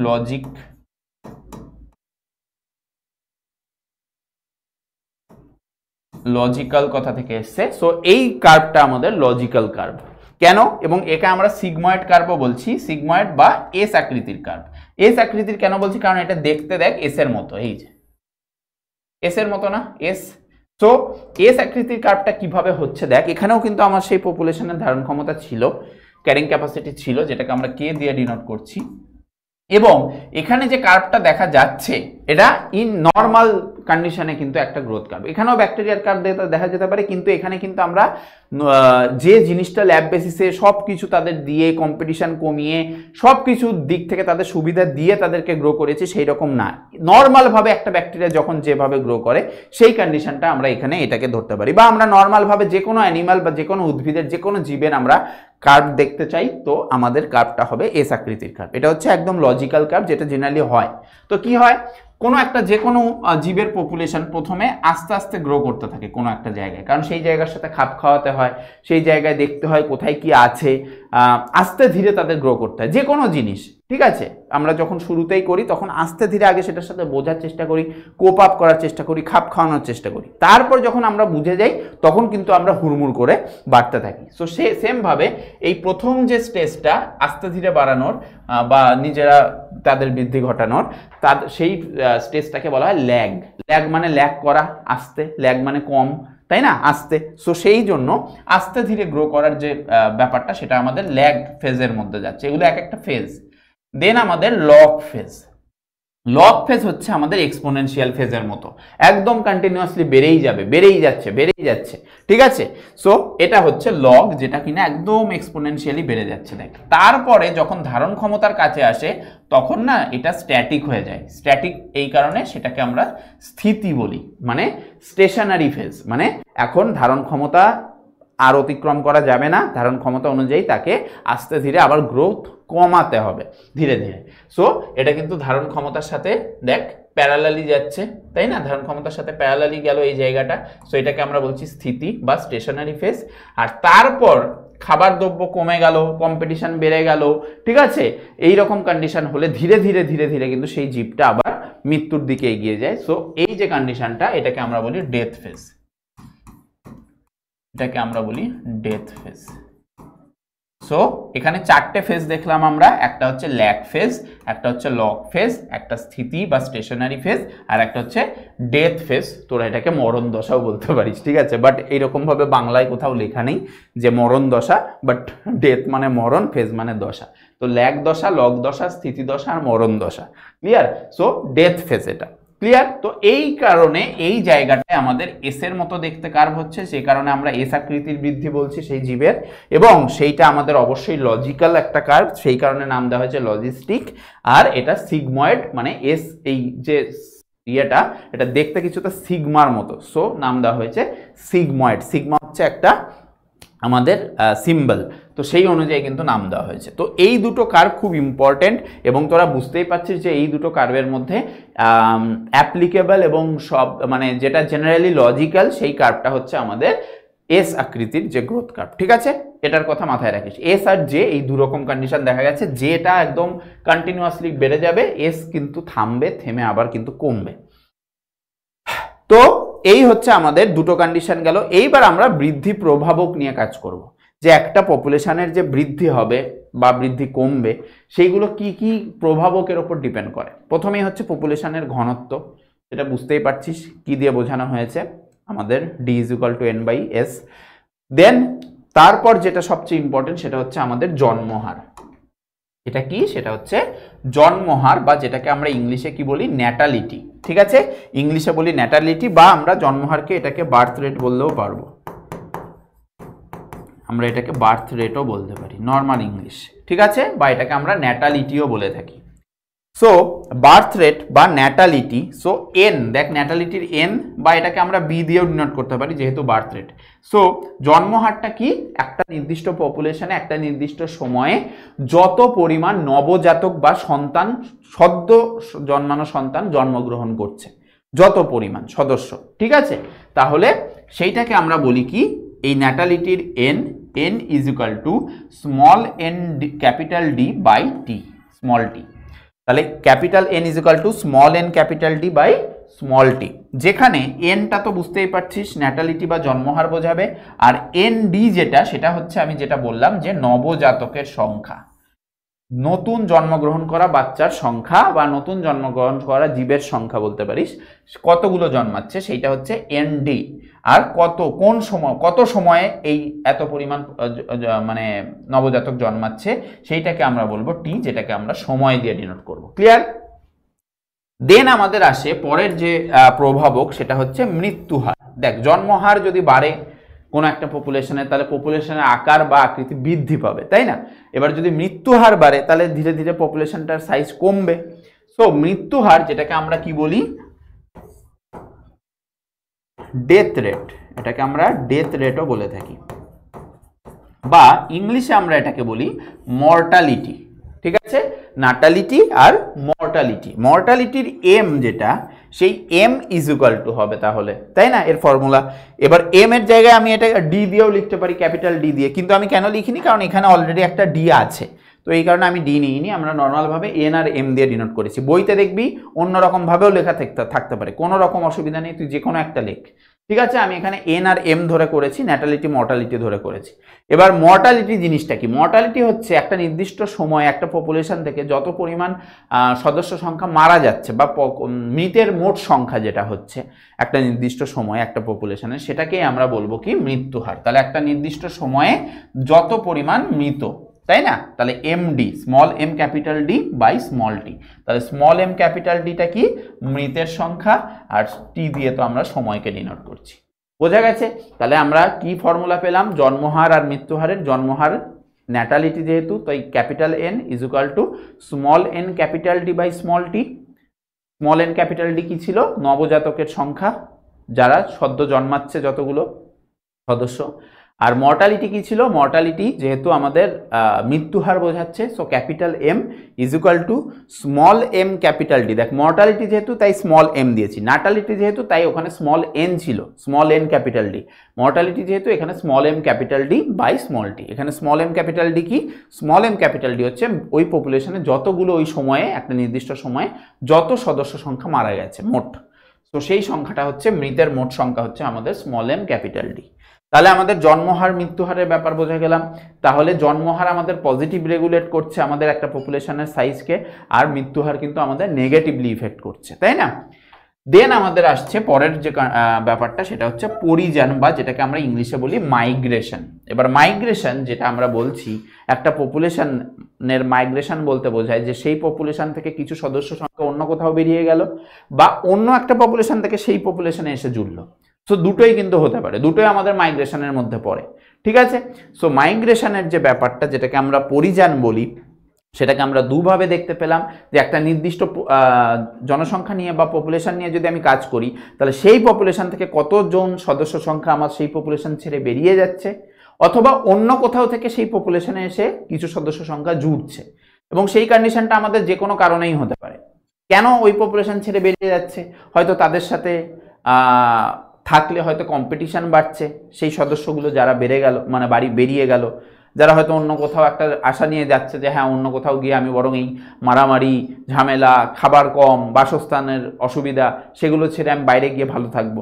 অথবা যারা অন্য জায়গা থেকে সেই পপুলেশনে আসছে, তারা তো সেই পপুলেশনের সম্পর্কে জানে না, তারা যেখানে ছিল সেখানে হয়তো আরও ওর্স্ট কন্ডিশন, বা তারা যে ফেস করেছে ভেবেছে সেখান থেকে বরং এইখানে এসে হয়তো ভালো হবে, সো সেখানে চলে এসছে। সো সেই কন্ডিশন, দুটো কন্ডিশন হতে পারে। একটা কন্ডিশনকে আমরা বলি কি অভিবাসন, বা যেটাকে আমরা বলি ইমাইগ্রেশন, যেটাকে আমরা আই দিয়ে ডিনোট করি, আর একটা হচ্ছে প্রবাসন, যেটাকে আমরা ই দিয়ে ডিনোট করি, যেটাকে আমরা বলি এমিগ্রেশন। এবার কোনটার মানে কি, কোনটা বেরিয়ে যাওয়ার কোনটা ঢোকা, সেটা কিভাবে বুঝবি? দেখ, অভিবাসন যেটাকে আমরা আই দিয়ে ডিনোট করছি মানে ইমাইগ্রেশন, ঠিক আছে, এটা হচ্ছে এমিগ্রেশন আর এটা হচ্ছে ইমাইগ্রেশন। তো আই দিয়ে ডিনোট করছি, আই মানে এখানে ধর ইন, আই মানে ইন, আর ই দিয়ে যেটা ডিনোট করছি যেটাকে প্রবাসন বলছি, ই মানে হচ্ছে এক্সিট। এই দুটো জিনিস যদি মাথায় রাখিস তাহলে বুঝে যাবি যে কোনটার মানে কি। তাহলে ইন যেহেতু, তার মানে কি কোনো একটা পপুলেশনে বাইরে থেকে এসে ঢুকছে, সেই পপুলেশনে যুক্ত হচ্ছে, সেই পপুলেশনের সংখ্যা বাড়াচ্ছে, সেটাকে আমরা বলবো ইমাইগ্রেশন, যেটাকে আমরা আই দিয়ে ডিনোট করি। এবং আই মানে ইন মানে সেখানে ঢোকা, আর ই মানে হচ্ছে এক্সিট। এক্সিট মানে কি, একটা পপুলেশন যেটাকে নিয়ে আমরা স্টাডি করছি, সেই পপুলেশন থেকে কিছু সদস্য বাইরে বেরিয়ে গেছে, তাহলে সেটাকে আমরা কি বলবো, এমিগ্রেশন। এক্সিট মানে সেই পপুলেশন ছেড়ে বেরিয়ে যাওয়া। তাহলে আই ইমাইগ্রেশন, ইমাইগ্রেশন এটা পজিটিভলি ইফেক্ট করছে, একটা পপুলেশনকে কি করছে, পজিটিভলি ইফেক্ট করছে। আর এমিগ্রেশন যেটা, সেটা নেগেটিভলি ইফেক্ট করছে, ঠিক, সেটা কি করছে, নেগেটিভলি ইফেক্ট করছে একটা পপুলেশনকে। তো এই যে তিনটে জিনিস আমরা দেখলাম এবং লাস্টেরটার মধ্যে আবার দুটো দেখলাম, সেইগুলো নিয়ে আমরা পপুলেশনের ঘনত্বের বা পপুলেশনের সাইজের একটা কন্ডিশন দেখতে পারি, যেখানে ঘনত্ব ইজ ইকুয়াল টু ডি, বা ঘনত্বকে আমরা ডি দিয়ে ডিনোট করি, এটা কিন্তু জিরো না, এটা কিন্তু ডি, ঠিক আছে। তো ঘনত্ব ডি ইজ ইকুয়াল, মানে ঘনত্ব ডি কে তাহলে এই তিনটে জিনিস কিভাবে ইফেক্ট করছে, তো জন্মহার কিভাবে ইফেক্ট করছে, পজিটিভলি ইফেক্ট করছে। কেন? কারণ জন্মহার, কোনো একটা পপুলেশনে সদস্য সংখ্যা বেশি জন্মালে সেই পপুলেশনের কিন্তু আমাদের টোটাল যে সদস্য সেটার পরিমাণ বাড়ছে, তাই এটা পজিটিভলি ইফেক্ট করছে। আর মৃত্যুহার কি করে, নেগেটিভলি ইফেক্ট করে, কারণ সেই পপুলেশনের সংখ্যা মানে সদস্য সংখ্যা কমে যাচ্ছে বা সাইজ কমে যাচ্ছে, ঘনত্ব কমে যাচ্ছে। দেখ, সদস্য সংখ্যার সাথে ঘনত্বের একদম ডিরেক্ট রিলেশন ছিল, তাই না? অভিবাসন মানে ইমাইগ্রেশন, যেটা আই ছিল, ইন মানে ঢোকা, ওই পপুলেশনে বাইরে থেকে কিছু সদস্য এসে ঢুকেছে, তাহলে সদস্য এসে ঢুকলে সদস্য আগের থেকে বেড়ে যাবে, তাই এটা পপুলেশনের ঘনত্বকে পজিটিভলি ইফেক্ট করছে, মানে পপুলেশনের ঘনত্ব বাড়াচ্ছে, তাই এটা পজিটিভলি ইফেক্ট করছে আই। আর এক্সিট মানে বেরিয়ে যাওয়া, তাহলে এটা নেগেটিভলি ইফেক্ট করছে, কারণ সেই পপুলেশনের সাইজটা কমাচ্ছে বা ঘনত্বের সংখ্যা কমাচ্ছে। তো এই জিনিসটা কিন্তু খুব ইম্পর্টেন্ট, যেটা আমরা এইগুলো বুঝে আমরা এই একটা কনটেক্সটে আসতে পারলাম। এছাড়াও আমাদের আরও কিছু আমাদের প্রভাবক থাকে, যার মধ্যে আমাদের লিঙ্গ অনুপাত পড়ে, যে একটা পপুলেশনে যদি স্ত্রী আর পুরুষের লিঙ্গ অনুপাত খুব ভালো হয়, মানে মোটামুটি ঠিকঠাক হয়, তাহলে সেই পপুলেশনটা ধীরে ধীরে গ্রো করতে থাকে। মোটামুটি ইকুয়াল টাইপের হলে সেটা ধীরে ধীরে সেই পপুলেশন গ্রো করতে থাকে। বিস্তার হয়, বিচ্ছিন্নতা হয়, ঠিক আছে, এগুলোও কিন্তু আমাদের একটা পপুলেশনকে ইফেক্ট করে।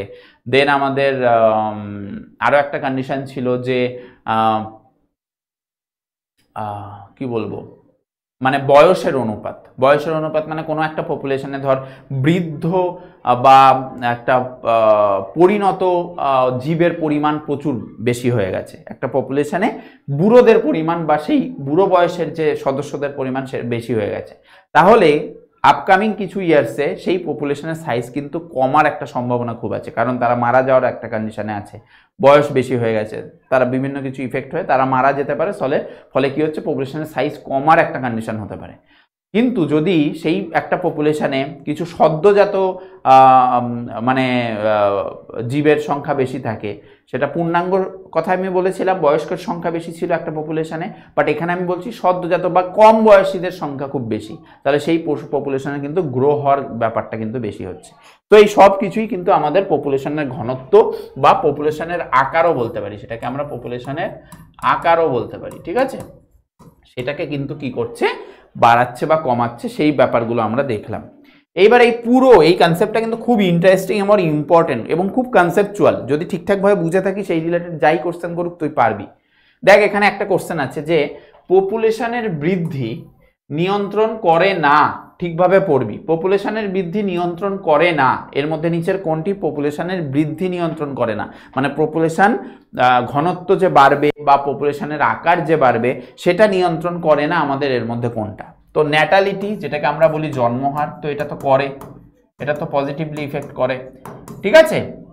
দেন আমাদের পরিযান, হ্যাঁ, পরিযানকে আমরা কি বলেছি, পরিযানের মধ্যে আমাদের অভিবাসন হোক প্রবাসন হোক সেগুলো ছিল, সেগুলোও কিন্তু আমাদের পপুলেশনের বৃদ্ধিকে নিয়ন্ত্রণ করে, তাই না? এখানে নিয়ন্ত্রণ বলেছে, নিয়ন্ত্রণ মানে এই না যে পপুলেশনের বৃদ্ধি কথাটা ভেবে আবার ভাবিস না যে বাড়ছে, পপুলেশনের বৃদ্ধি নিয়ন্ত্রণ বলেছে, নিয়ন্ত্রণটা পজিটিভলিও হতে পারে নেগেটিভলিও হতে পারে, বাট ইফেক্ট করবে, প্রভাবকের কথা বলেছে।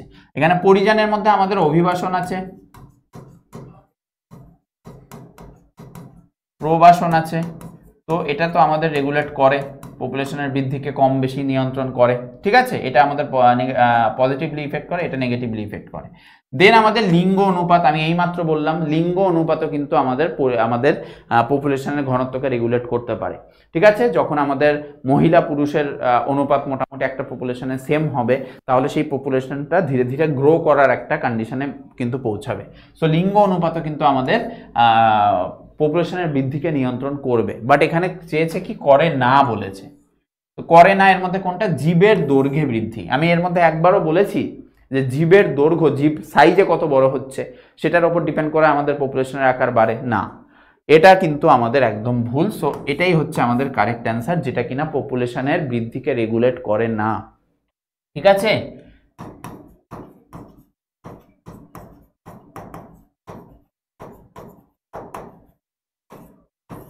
ঠিক আছে, সো দৈর্ঘ্যে বৃদ্ধি কিন্তু আমাদের পপুলেশনের সাইজকে রেগুলেট করে না। বোঝা গেছে বাবু? ক্লিয়ার? তাহলে পুরো স্লাইডটা খুব ইম্পর্টেন্ট একটা স্লাইড। চলো এরপর আমরা পরবর্তী স্লাইডে চলে যাই। চল এইবার আমরা দেখব যে কমিউনিটি স্তর। আমরা কি কি স্তর পড়ে এসেছি? একক স্তর পড়ে এসেছি, তারপর কি পড়লাম? তারপর আমাদের পপুলেশন স্তর পড়েছি। এইবার আমরা পড়ব কমিউনিটি স্তর। তো কমিউনিটি অনেকগুলো পপুলেশন মিলে তৈরি হবে, এবং কমিউনিটি স্তরের মধ্যে আমরা জেনারেলি কি পড়ব? বিভিন্ন প্রকার আন্তঃক্রিয়া পড়ব। মানে বিভিন্ন জীবেদের মধ্যে, নিজেদের মধ্যে যে ইন্টার রিলেশন, আলাদা জীব আলাদা প্রজাতি তাদের মধ্যে যে ইন্টার রিলেশন, সেটা কি কি ধরনের হয়, তাদের মধ্যে কোনগুলো ঋণাত্মক হয়, কোনগুলো ধনাত্মক হয়, এবং সেই ধনাত্মক ঋণাত্মকের কন্ডিশনটাও বা কিভাবে হয়, ঠিক আছে, সেই ব্যাপারগুলো আমরা দেখব। এবং এই স্লাইডটা থেকে কিন্তু কোশ্চেন আসে, ভালো করে বুঝবি কোনটার মানে কি। আচ্ছা দেখ, প্রথমেই আমাদের এই দুটোকে, এই কমিউনিটি আন্তঃক্রিয়াকে যদি আমি দুটো ভাগে ভাগ করে নিই, একটা হচ্ছে ধনাত্মক আন্তঃক্রিয়া, একটা হচ্ছে ঋণাত্মক আন্তঃক্রিয়া, ঠিক আছে। তাহলে বুঝতেই পারছিস ধনাত্মক আন্তঃক্রিয়া মানে যাদের মধ্যে খুব বন্ধু বন্ধু একটা ভাব আছে, ঠিক আছে, বা বন্ধু আর আরেকজন হচ্ছে না বন্ধু না শত্রু, এইরকম কন্ডিশন ধরতে পারিস। তো তাদের মধ্যে একটা ধনাত্মক, একটা পজিটিভিটি বজায় থাকবে। আর ঋণাত্মক আন্তঃক্রিয়ার মধ্যে, তার মধ্যে যেগুলো আমরা এই রিলেশন পড়ব, তাদের মধ্যে একজন হয়তো খুব পজিটিভ, একজন হয়তো খুব নেগেটিভ, অথবা এরকম হতে পারে দুজনেই খুব নেগেটিভ, অথবা এরকম হতে পারে যে একজন নেগেটিভ আর একজন কিছুই করছে না, একদম স্টেবল হয়ে চুপচাপ থাকছে, তার লাভও হচ্ছে না তার ক্ষতিও হচ্ছে না, এরকম কন্ডিশনও আমরা দেখি। তো সেই ব্যাপারগুলো কিন্তু আমরা এগুলোর মধ্যে দেখতে চলেছি। তার মধ্যে শুরুতেই যেটা, সেটা হচ্ছে নিউট্রালিজম বা নিরপেক্ষতা। কি বললাম? নিউট্রালিজম বা নিরপেক্ষতা। তাহলে এইখানে আমাদের জেনারেলি কি হয়, এখানে কোনো জীবই কোনো জীবের না ক্ষতি করে না সাহায্য করে, নর্মাল ভাবে যে যেখানে আছে সে তার মতো থাকে, ঠিক আছে। একটা ধর ধানের জমিতে, সেখানে একটা মুরগি নিজের মতো খেয়ে যাচ্ছে, নিজের মতো চলে যাচ্ছে, একটা হরিণ সে নিজের মতো খেয়ে যাচ্ছে, নিজের মতো চলে যাচ্ছে, সাপোজ, ঠিক আছে। সো কেউ কারোর কিন্তু কন্ডিশনকে ইফেক্ট করছে না, না মারামারি করছে, না সাহায্য করছে, কিছুই করছে না। তো সেই কন্ডিশনকে আমরা বলবো নিউট্রালিজম বা নিরপেক্ষতা। যেমন আমাদের কারোরই পক্ষ যদি না নেয়, একদম স্টেবলভাবে কাজ করে, না কারোর বন্ধু না কারোর শত্রু, তাকে আমরা নিরপেক্ষ বলি। সো সেই কন্ডিশন থেকে আসে নিরপেক্ষতা, যেখানে আমাদের 0-0 আন্তঃক্রিয়া দেখা যায়। 0-0 মানে না পজিটিভলি ইফেক্ট করছে না নেগেটিভলি ইফেক্ট করছে, দুজনেই কিন্তু 0-0 হয়ে আছে। আচ্ছা, এরপর আসে হচ্ছে আমাদের মিউচুয়ালিজম বা সিম্বায়োসিস বা মিথজীবিতা। প্রত্যেকটা টার্ম আমাদের মাথায় রাখতে হবে, সিম্বায়োসিস, মিথজীবিতা বা মিউচুয়ালিজম। তো এইখানে কিন্তু একটা কন্ডিশন থাকবে, যে কন্ডিশনে আমরা দেখতে পাবো যে দুজনেই দুজনের উপকার করে বেঁচে আছে। কি করছে? দুজনেই দুজনের উপকার করে বেঁচে আছে। তো সেই কন্ডিশনে যেহেতু দুজনেই দুজনের উপকার করছে, সেখানে আমরা কি পাবো? সেখানে আমরা পাবো পজিটিভ ইফেক্ট। যেখানে আমরা জেনারেলি বিভিন্ন কন্ডিশন দেখি, ধর লাইকেনের কথা দেখতে পাবি তুই, হ্যাঁ, লাইকেনের কথা দেখতে পারি, বা লিচেন বলে ইংলিশে, ঠিক আছে। যেখানে তোরা শৈবাল আর ছত্রাক, শৈবাল আর ছত্রাকের একটা কন্ডিশন দেখতে পারবি, যেখানে দুজনেই দুজনকে কিন্তু কিছু না কিছু উপকার করে একসাথে বেঁচে আছে। তো সেই একসাথে বেঁচে থাকার যে কন্ডিশন সেটাকে আমরা বলি লাইকেন, এবং তার মধ্যে আমাদের শৈবাল যারা ফটোসিনথেসিস করতে পারে, নিজেরা নিজেদের খাদ্য তৈরি করতে পারে, সেই খাদ্য দিয়ে ছত্রাককে সাহায্য করছে, এবং ছত্রাকও কিন্তু তাকে সেই শৈবালকে কিন্তু সেখানেও কিন্তু একটা হেল্প করছে। ঠিক আছে, সো সেই যে দুটো কন্ডিশন, সেই দুটো কন্ডিশন দুজনেই পজিটিভলি ইফেক্ট করছে একে অপরকে, তাই এটাকে আমরা বলবো সিম্বায়োসিস বা মিথজীবিতা বা আমাদের মিউচুয়ালিজম। নেক্সট আমাদের আসছে, এছাড়াও আমাদের এখানে আরো কিছু এক্সাম্পল হয়। ঠিক আছে, নেক্সট আমাদের আসছে কমেন্সালিজম বা সহভোক্তা। ঠিক আছে, কমেন্সালিজম বা সহভোক্তা। তো এখানে কি হয়, এখানে একজন আরেকজনের উপকার করে, কিন্তু অন্যজন যে আছে সে এর উপকারও করে না, সে এর ক্ষতিও করে না। তো এইরকম কন্ডিশন আমরা জেনারেলি সমুদ্রের বিভিন্ন জীবে দেখতে পাই, বিশেষ করে ধর হাঙরের বা ওই ধরনের যে শার্ক যে ফিশগুলো যারা কিনা যখন চলে তাদের বডির সাথে কিছু কিছু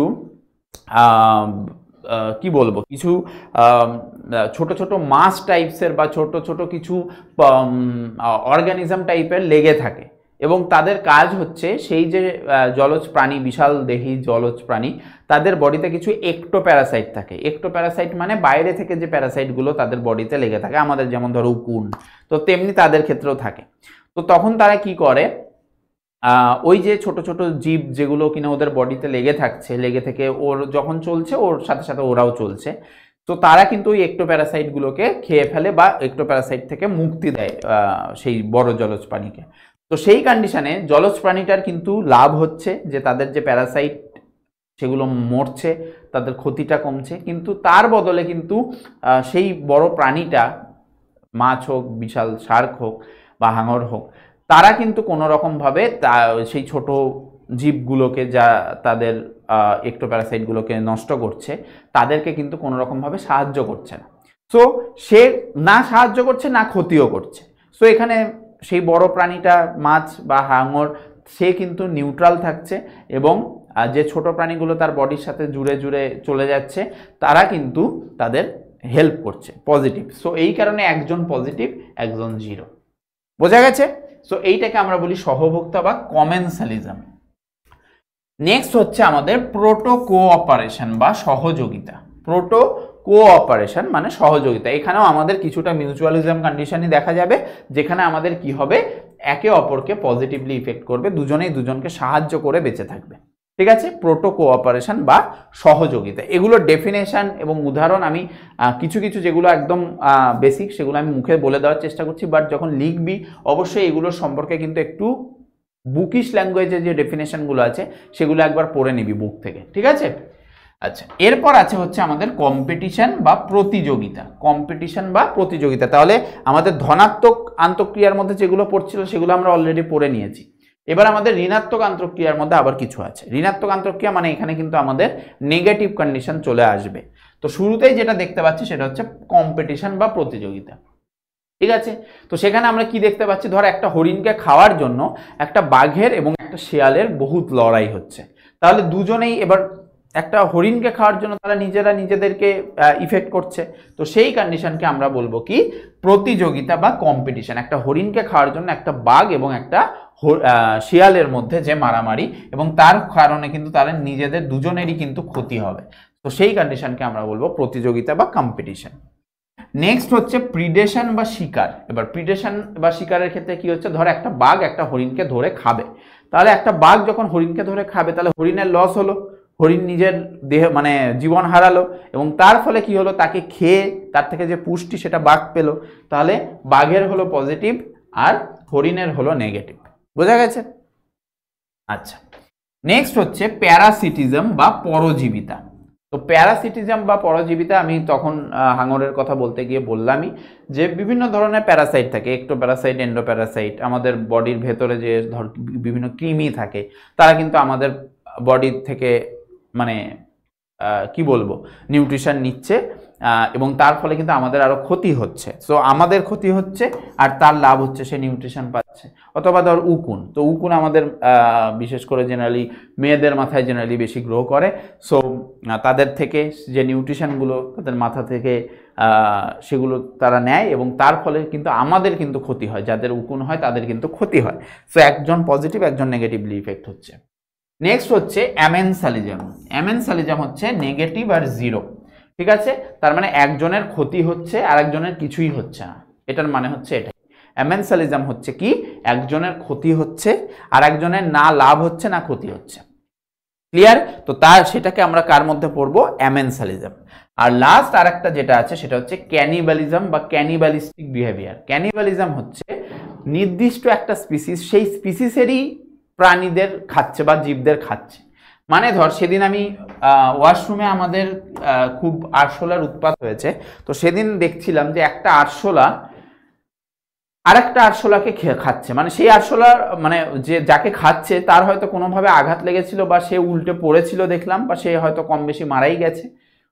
তাকে তার বডি ধরে দেখলাম নিয়ে গেল এবং তার পুরো অঙ্গ প্রত্যঙ্গ কিন্তু মানে ধীরে ধীরে ধীরে ধীরে খেয়ে নিল, ঠিক আছে?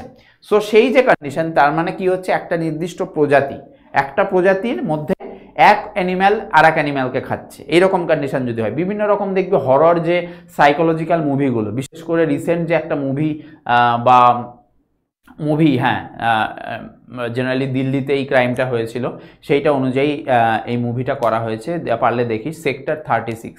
তো সেখানে একটা চাকর কিভাবে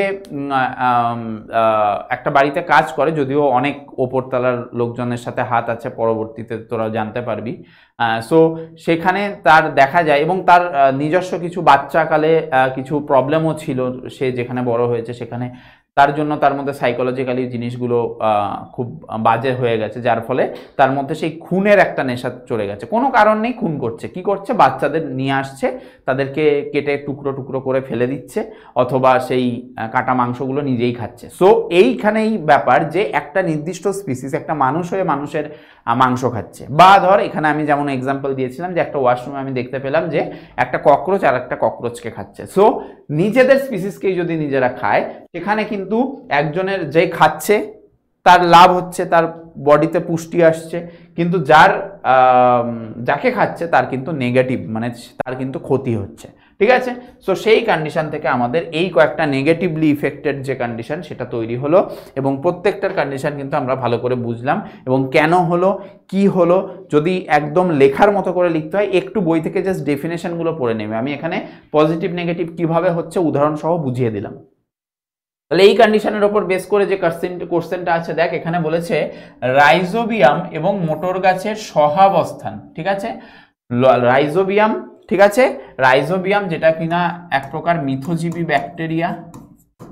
রাইজোবিয়ামকে কি বলবো আমরা? মিথজীবী ব্যাকটেরিয়া। তো এই ব্যাকটেরিয়া কি করে? এই ব্যাকটেরিয়া শিম্বিগোত্রীয় উদ্ভিদের মূলে জন্মায়। মানে শিম্বিগোত্রীয় উদ্ভিদ হচ্ছে মোটর, শিম্বিগোত্রীয়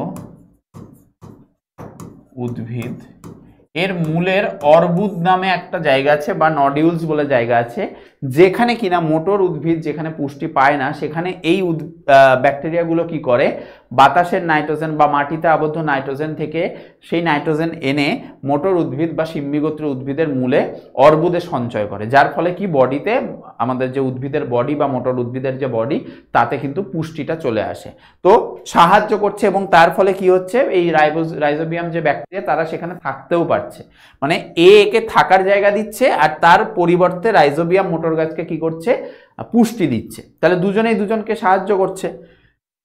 এবং আমি এখানে বলেও দিয়েছি যে এটা হচ্ছে মিথজীবী ব্যাকটেরিয়া, হ্যাঁ, রাইজোবিয়াম। তার মানে আমাদের এখানে সিম্বায়োসিস বা মিথজীবিতাই দেখা যাবে। আমরা সিম্বায়োসিসের মানেই আমরা মিথজীবিতা পড়েছি,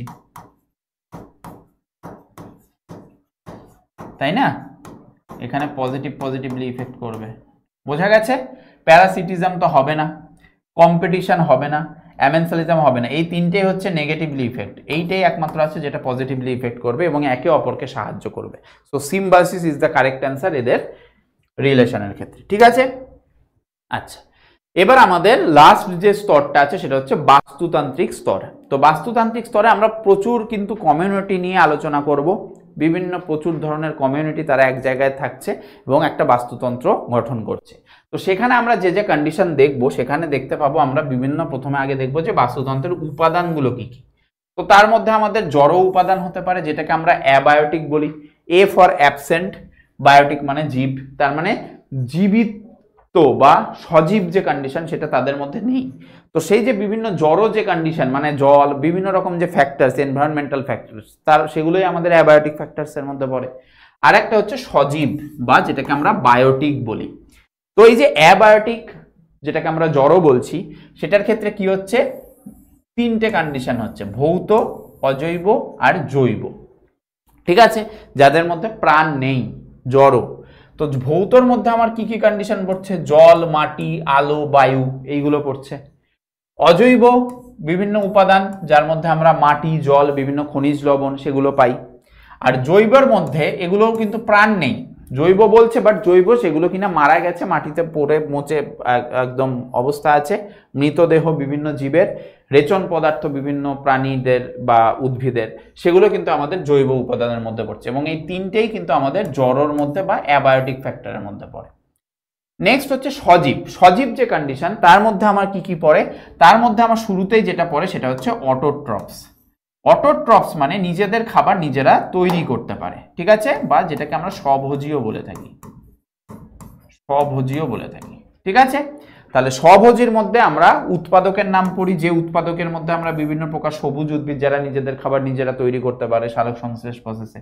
এছাড়াও বিভিন্ন প্রকার ফটোসিনথেটিক ব্যাকটেরিয়াও আছে কিন্তু, যারা কিনা উৎপাদক হিসেবে কাজ করতে পারে। আরেকটা আছে হেটেরোট্রপস। হেটেরোট্রপস মানে, হেটেরো মানেই হচ্ছে কি, তারা কিন্তু নিজেরা খাবার তৈরি করতে পারবে না। অটো মানে অটোমেটিক তারা নিজেরা খাবার তৈরি করতে পারে। হেটেরো মানে এটা কিন্তু পরভোজী। পরভোজী মানে অপরকে ভক্ষণ করে কিন্তু তারা নিজেদের খাবারের চাহিদা পূরণ করবে। তো তার মধ্যে খাদক পড়ছে, বিয়োজক পড়ছে আর রূপান্তরক পড়ছে। এবার এই যে খাদক, সেই খাদকের মধ্যে আবার কি কি স্তর পড়ে, প্রথমে হচ্ছে প্রাথমিক খাদক, যার মধ্যে আমরা ফড়িং, গরু এদেরকে দেখতে পাই। হ্যাঁ, প্রাথমিক খাদক মানে কি, যারা উৎপাদককে খাচ্ছে। প্রাথমিক খাদক মানে কি, যারা কি কাকে খাচ্ছে, এরা কাকে খাচ্ছে, উৎপাদককে খায়, এরা উৎপাদককে ভক্ষণ করে, তাই এরা প্রাথমিক খাদক। ঠিক আছে, যার মধ্যে ফড়িং হতে পারে, গরু হতে পারে। নেক্সট হচ্ছে গৌণ খাদক। গৌণ খাদকের মধ্যে কি পড়ছে, ব্যাং, খরগোশ, তার মানে এরা কাকে খাবে, এরা খাবে প্রাথমিক খাদককে। হ্যাঁ, দেন আমাদের আছে প্রগৌণ খাদক, বা যেটাকে আমরা সাপ, বাজ পাখি এইসব এক্সাম্পল দিয়ে জানি। তো এরা আবার কাকে খাবে, এরা খাবে গৌণ খাদককে। আর লাস্ট হচ্ছে সর্বোচ্চ খাদক, যার মধ্যে আমরা নিজেরা পড়ি, হ্যাঁ, বা বাঘ পড়ে কোনো একটা বাস্তুতন্ত্রের। তো এরা কিন্তু লাস্ট স্তরের খাদক এবং এরা প্রগৌণ খাদককে খাবে। তো এই প্রাথমিক খাদক, গৌণ খাদক, প্রগৌণ খাদক, সর্বোচ্চ খাদক, এগুলোকে আমরা আরেকভাবেও বলতে পারি প্রথম শ্রেণীর খাদক, দ্বিতীয় শ্রেণীর খাদক, তৃতীয় শ্রেণীর খাদক আর সর্বভুক, যেটাকে আমরা সর্বোচ্চ শ্রেণীর খাদক বলছি। তো এইভাবেও আমরা নামকরণ করে থাকি। তো একে অপরকে খাচ্ছে কিন্তু। এছাড়া আছে বিয়োজক। এবার এই যে খাবার খাওয়ার সিস্টেম চলছে, উৎপাদককে খাচ্ছে বিভিন্ন রকম খাদক, তো উৎপাদকও তো কিছু কিছু উৎপাদক বা উদ্ভিদ তারা মারা যাওয়ার পর মাটিতে পচে যাচ্ছে, বা বিভিন্ন জীব তারা মারা যাওয়ার পর, বিভিন্ন প্রাণী তারা বিভিন্ন খাদক মারা যাওয়ার পর তারা মাটিতে মিশে যাচ্ছে তাদের বডি। তো সেইখানে আমাদের বিয়োজকের কন্ডিশন আসছে। সেই বিয়োজকের মধ্যে আমাদের বিভিন্ন প্রকার অ্যামোনিফাইং ব্যাকটেরিয়ার আমরা পাই। অ্যামোনিফাইং ব্যাকটেরিয়া মানে কি, যারা মৃত জীবদেহ থেকে, যারা মৃত গলিত জীবদেহ থেকে অ্যামোনিয়া তৈরি করে। কি তৈরি করে, অ্যামোনিয়া তৈরি করে। তাহলে এটা কি করছে, তারা এই বিয়োজিত করছে এই মৃত গলিত জীবদেহ, যারা মরে পচে যাচ্ছে, মাটিতে মিশে যাচ্ছে, তাদের থেকে অ্যামোনিয়া তৈরি করছে, তাদের বিয়োজন ঘটাচ্ছে, তাদের বডি থেকে অ্যামোনিয়া তৈরি করছে, এই জন্য তারা বিয়োজক নাম হয়েছে। আর রূপান্তরক কিভাবে বিয়োজকের থেকে আলাদা, রূপান্তরক হচ্ছে এই যে অ্যামোনিয়া তৈরি হলো সেটাকে বিভিন্ন যে কন্ডিশন বা নাইট্রোজেনের বিভিন্ন যৌগ সেটাতে কনভার্ট করবে।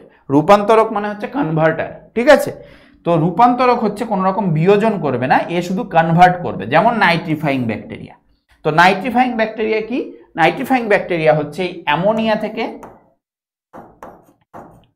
NO2- এবং এর থেকে NO3- তৈরি করবে। তাহলে এরা রূপান্তর করছে, এরা বিয়োজন করছে না, এরা রূপান্তর করছে। এইটা হচ্ছে নাইট্রাইট, বললাম বিভিন্ন নাইট্রোজেন যৌগ তৈরি করবে, এরা হচ্ছে নাইট্রাইট যৌগ, আর এইটা হচ্ছে নাইট্রেট যৌগ। এই নাইট্রেট যৌগ হিসেবেই কিন্তু মাটিতে থাকবে। হ্যাঁ, নাইট্রোজেন মাটিতে থাকবে নাইট্রেট যৌগ হিসেবে। এগুলো তোরা পরের ক্লাসে, ক্লাস 10-এ তোরা কিন্তু এগুলো ডিটেলস চ্যাপ্টার পাবি, নাইট্রোজেন চক্র বলে। ঠিক আছে, মানে চ্যাপ্টার না, ওটা একটা টপিক লাস্ট চ্যাপ্টারে। সো সেখানেও কিন্তু আমরা এই ব্যাপারগুলো আরো ভালো করে দেখব। সো এই হচ্ছে হেটেরোট্রপসের মধ্যে পড়ছে খাদক, তারপর বিয়োজক, তারপর রূপান্তরক। এবার এই কনসেপ্টের ওপর আমার এখানে কি কোশ্চেন আছে দেখ, বলেছে বাস্তুতন্ত্রে সায়ানোব্যাকটেরিয়া হলো নিচের কোনটি? সায়ানোব্যাকটেরিয়া যেটাকে আমরা কি বলি? Blue green algae, blue green algae. ঠিক আছে, তো এরা কার মধ্যে পড়ছে সেটা আমাকে জানাতে হবে। উৎপাদক, খাদক, বিয়োজক না রূপান্তরক? বল। তাহলে এইটার অ্যান্সার কি হবে? বাস্তুতন্ত্রে সায়ানোব্যাকটেরিয়া কার মধ্যে পড়ছে, যেটাকে আমরা বলছি ব্লু গ্রিন অ্যালগি। তো এইটা কিন্তু জেনারেলি আমাদের উৎপাদকের মধ্যে পড়ে। ঠিক আছে, উৎপাদকের মধ্যে পড়ে, যেখানে আমরা বিভিন্ন প্রকার যে সালোক সংশ্লেষকারী ব্যাকটেরিয়ার কথা বলেছিলাম, যেহেতু এখানে ব্লু গ্রিন অ্যালগির কথা বলা হয়েছে, তো এরা কিন্তু ফটোসিনথেটিক ব্যাকটেরিয়া, এরা কিন্তু নিজেরা নিজেদের খাবার তৈরি করতে পারে। ক্লিয়ার? সো এটা উৎপাদকের মধ্যে পড়ছে। তো এই হচ্ছে আমাদের এই স্লাইড। এর পরের স্লাইডে আমরা দেখতে পাবো বিভিন্ন প্রকার ফুড চেন। ঠিক আছে, বিভিন্ন প্রকার ফুড চেন। ফুড চেন মানে কি? আমরা এই যে উৎপাদক, খাদক, বিয়োজক, এই যে সব ব্যাপারগুলো দেখলাম, এই অনুযায়ী আমাদের বিভিন্ন প্রকার খাদ্য জাল বা খাদ্য শৃঙ্খল, প্রথমে দেখব খাদ্য শৃঙ্খল গঠন করা হয়েছে, এবং সেই খাদ্য শৃঙ্খলটা বিভিন্ন স্তরে হতে পারে। যেমন প্রথম যে স্তর হতে পারে সেটা গ্রেজিং ফুড চেন হতে পারে, মানে তৃণভূমি, কোনো একটা তৃণ, যে ধর ঘাস, লতা পাতা, এই ধরনের উদ্ভিদ আছে, সেই জায়গায় যে খাদকগুলো থাকে, তারা সেখানে খাবার খায় সেই ঘাস, লতা পাতাকে, সেই ধরনের যে ফুড চেন বা খাদ্য শৃঙ্খল, সেইটাকে আমরা বলবো চারণভূমি বা তৃণভূমির খাদ্য শৃঙ্খল। এবং যার মধ্যে আমাদের উৎপাদক কি হবে? ঘাস হবে। আমি বলেছিলাম যেহেতু গ্রেজিং বা চারণভূমি বা তৃণভূমি, তৃণ মানে আমরা ঘাসই জানি, বা বিভিন্ন প্রকার ছোট উদ্ভিদও হতে পারে। তো সেই ঘাস হচ্ছে এখানে উৎপাদক।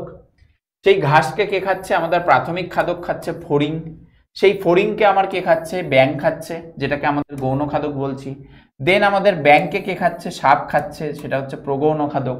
আর এই যে পুরো আমাদের খাদ্য শৃঙ্খলের সর্বোচ্চ খাদক হচ্ছে আমার বাজ পাখি। সেই বাজ পাখি এসে কি করছে? সাপকে তুলে নিয়ে চলে যাচ্ছে, সাপকে খাচ্ছে।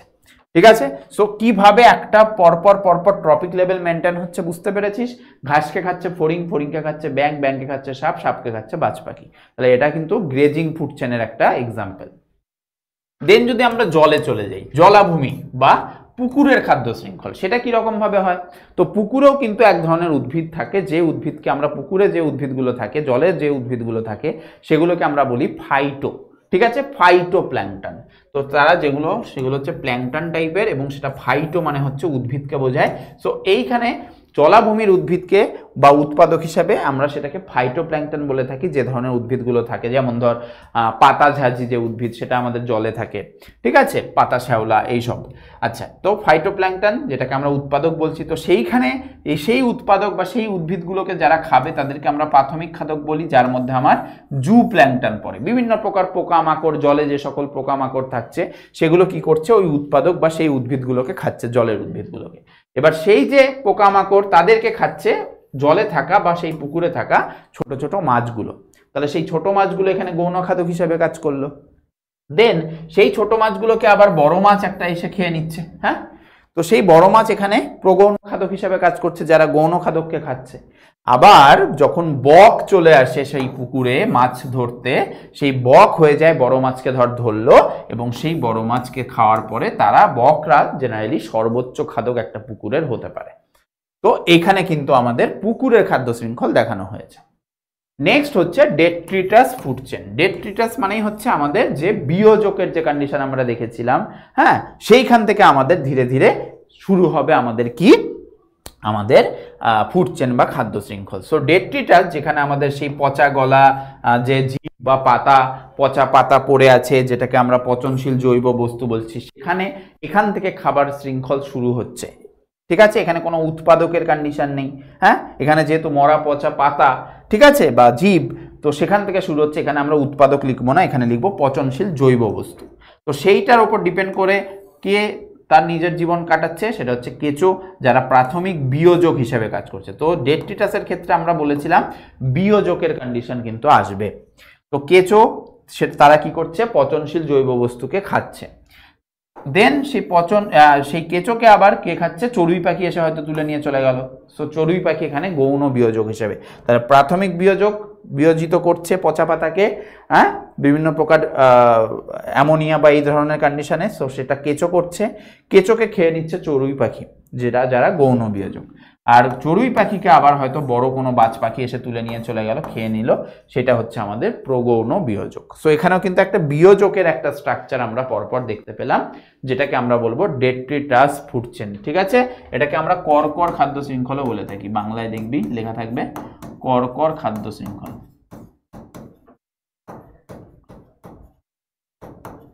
ঠিক আছে, দেন লাস্ট যেটা আছে সেটা হচ্ছে প্যারাসাইটিক ফুড চেন। প্যারাসাইটিক মানে হচ্ছে এখানে পরজীবিতা, হ্যাঁ, পরের ওপর পরকে ক্ষতি করে যে সকল খাদ্য শৃঙ্খল গড়ে ওঠে। তো এখানে কি হচ্ছে, বৃক্ষ, একটা গাছ আছে ধর, বড় গাছ, সেই গাছে আমাদের ফল ভক্ষণকারী বিভিন্ন পাখি থাকে, সেই গাছে ফল হয়েছে, সেই ফলগুলোকে খাবে একটা পাখি আছে। সো ফল ভক্ষণকারী এখানে খাদক হিসেবে কাজ করছে, একটা গাছের ফল খাচ্ছে।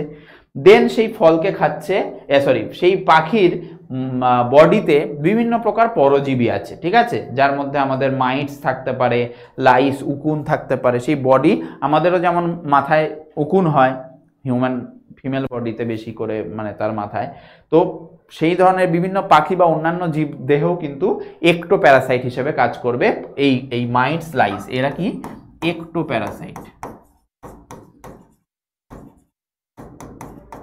ঠিক আছে, সো তারা পরজীবীরা কিন্তু এই ফল ভক্ষণকারী পাখিগুলোকে খেলো, এবং মাইটস বা লাইস এই পরজীবীর ভেতরে আবার আমাদের হাইপার প্যারাসাইট আছে, মানে এদের বডিতে আবার বিভিন্ন প্রকার মাইক্রো অর্গানিজম থাকে যারা কিনা এদের থেকে পুষ্টি সংগ্রহ করে।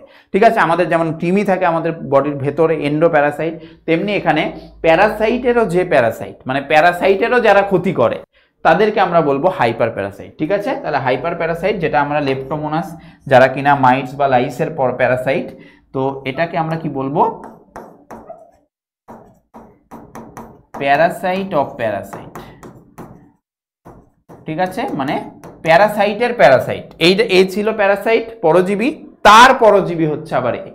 ঠিক আছে, তার থেকে আমাদের নিউট্রিশন সংগ্রহ করছে লেপ্টোমোনাস, এই ধরনের প্যারাসাইট, যাকে আমরা হাইপার প্যারাসাইট বলবো। ক্লিয়ার?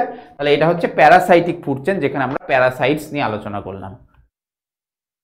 এবার এখানে এই যে পুরো স্লাইডটা দেখলি, এই রিলেটেড একটা কোশ্চেন এখানে আছে, দেখ। তো এখানে বলেছে ঘাস, তারপর একটা কোশ্চেন মার্ক দেওয়া, তারপর বলছে সাপ, তারপর বলছে ময়ূর। ওপরের এই কোশ্চেন মার্কে উপযুক্ত শব্দ কি কি হবে? দেখ, এখানে দুটো করে আছে, তার মানে এখানে পরপর দুটো যে স্ট্যান্জা হবে বা দুটো টপিক লেভেল, সেটাকে আমাদের বের করতে হবে। তো প্রথমে ঘাসকে কে খেতে পারে? ঘাসকে তো আর কেঁচো খাবে না রে, ঘাসকে কি কেঁচো খাবে? না, খাবে না, তাহলে আমার এটা হবে না। ঘাসকে কি ব্যাং খাবে? ব্যাং ঘাস খায়, দেখেছিস কোনোদিন? এটাও হবে না। ব্যাং আর ফড়িং, বাট এর ব্যাপারটা একটু উল্টে যাবে, ফড়িং ঘাস খাবে, তাকে খাবে ব্যাং, এটা উল্টো। দেখ, এখানে ফড়িং ঘাস খাবে, তাকে খাবে ব্যাং। তো ফড়িং ঠিক আছে, এখানে ঠিক ছিল, বাট ফড়িংকে বাজ পাখি কিভাবে খাবে? আবার বাজ পাখিকে সাপ খেয়ে নেবে? না, এটাও হবে না। তাহলে এইটা আমার কারেক্ট আছে। দেখ, ঘাসকে খাচ্ছে ফড়িং, ফড়িংকে খাচ্ছে ব্যাং, ব্যাংকে খাচ্ছে সাপ, সাপকে খাচ্ছে ময়ূর। তাহলে option D is the correct answer. বোঝা গেছে? সো সেই লেভেলটা কিন্তু ঠিকঠাক ভাবে মেনটেন করে আমাদের বুঝে কিন্তু করতে হবে, উল্টো পাল্টা করলে হবে না। চলো, নেক্সট হচ্ছে আমাদের খাদ্যজাল, খাদ্য পিরামিড আর শক্তি প্রবাহ। তাহলে আমরা খাদ্য শৃঙ্খল জানলাম, এবার আমরা জানবো খাদ্য জাল। খাদ্য শৃঙ্খলের ইংলিশ ছিল ফুড চেন, একটা শৃঙ্খল চেন। এবার হচ্ছে খাদ্য জাল, তাহলে ফুড ওয়েব। ওয়েব মানে যেমন আমাদের মাকড়সা জাল বনে, সেই রকম। তো এখানে কি হচ্ছে, খাদ্য জাল নান আদার দেন অনেকগুলো খাদ্য শৃঙ্খল যখন একটা জায়গায় থাকে। ঠিক আছে, তাহলে এটা হচ্ছে কম্বিনেশন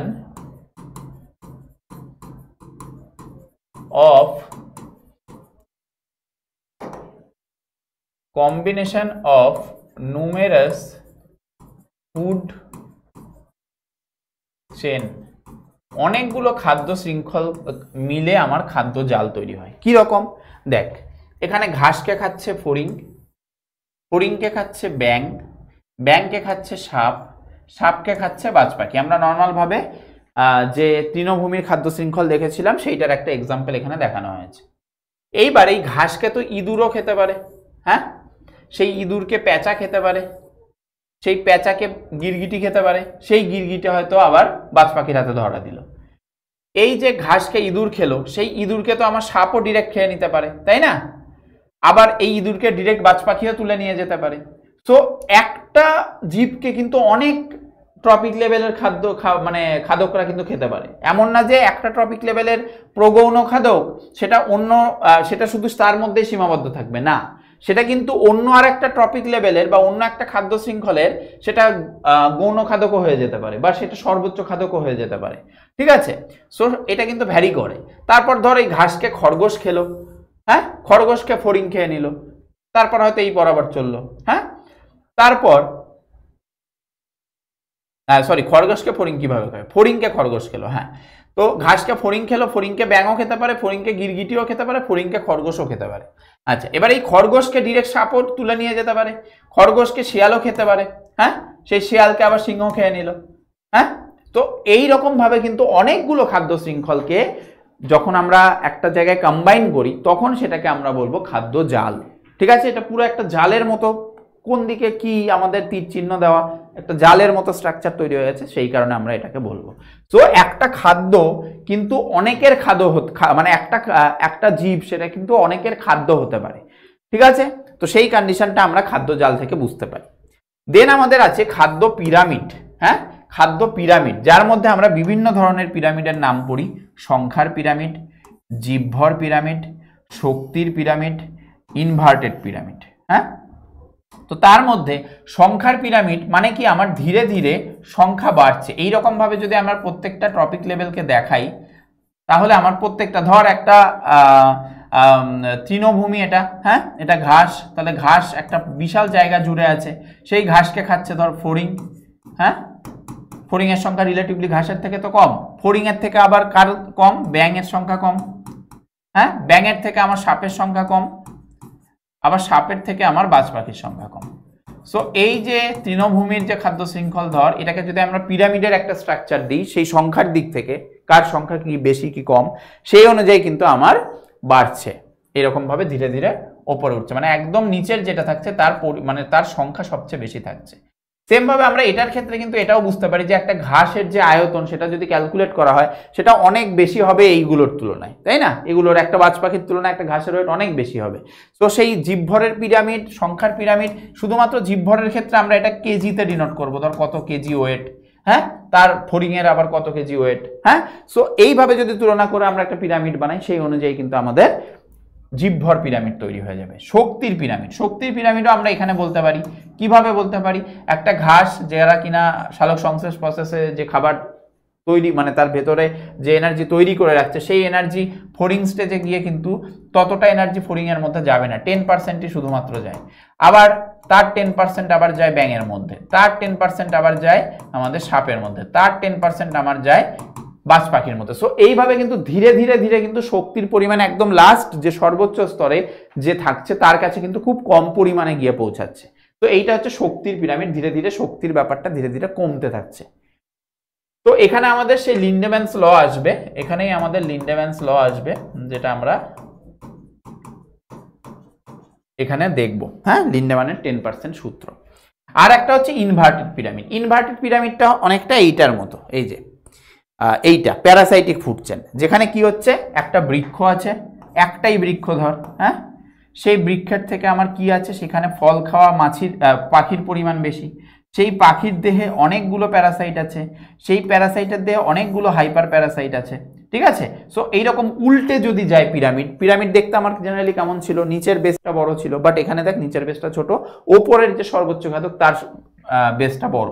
সো এখানে আমাদের ধর এটা হচ্ছে আমাদের বৃক্ষ, হ্যাঁ, এখানে হচ্ছে আমাদের পাখি, ফল খাওয়া পাখি, এখানে হচ্ছে প্যারাসাইট,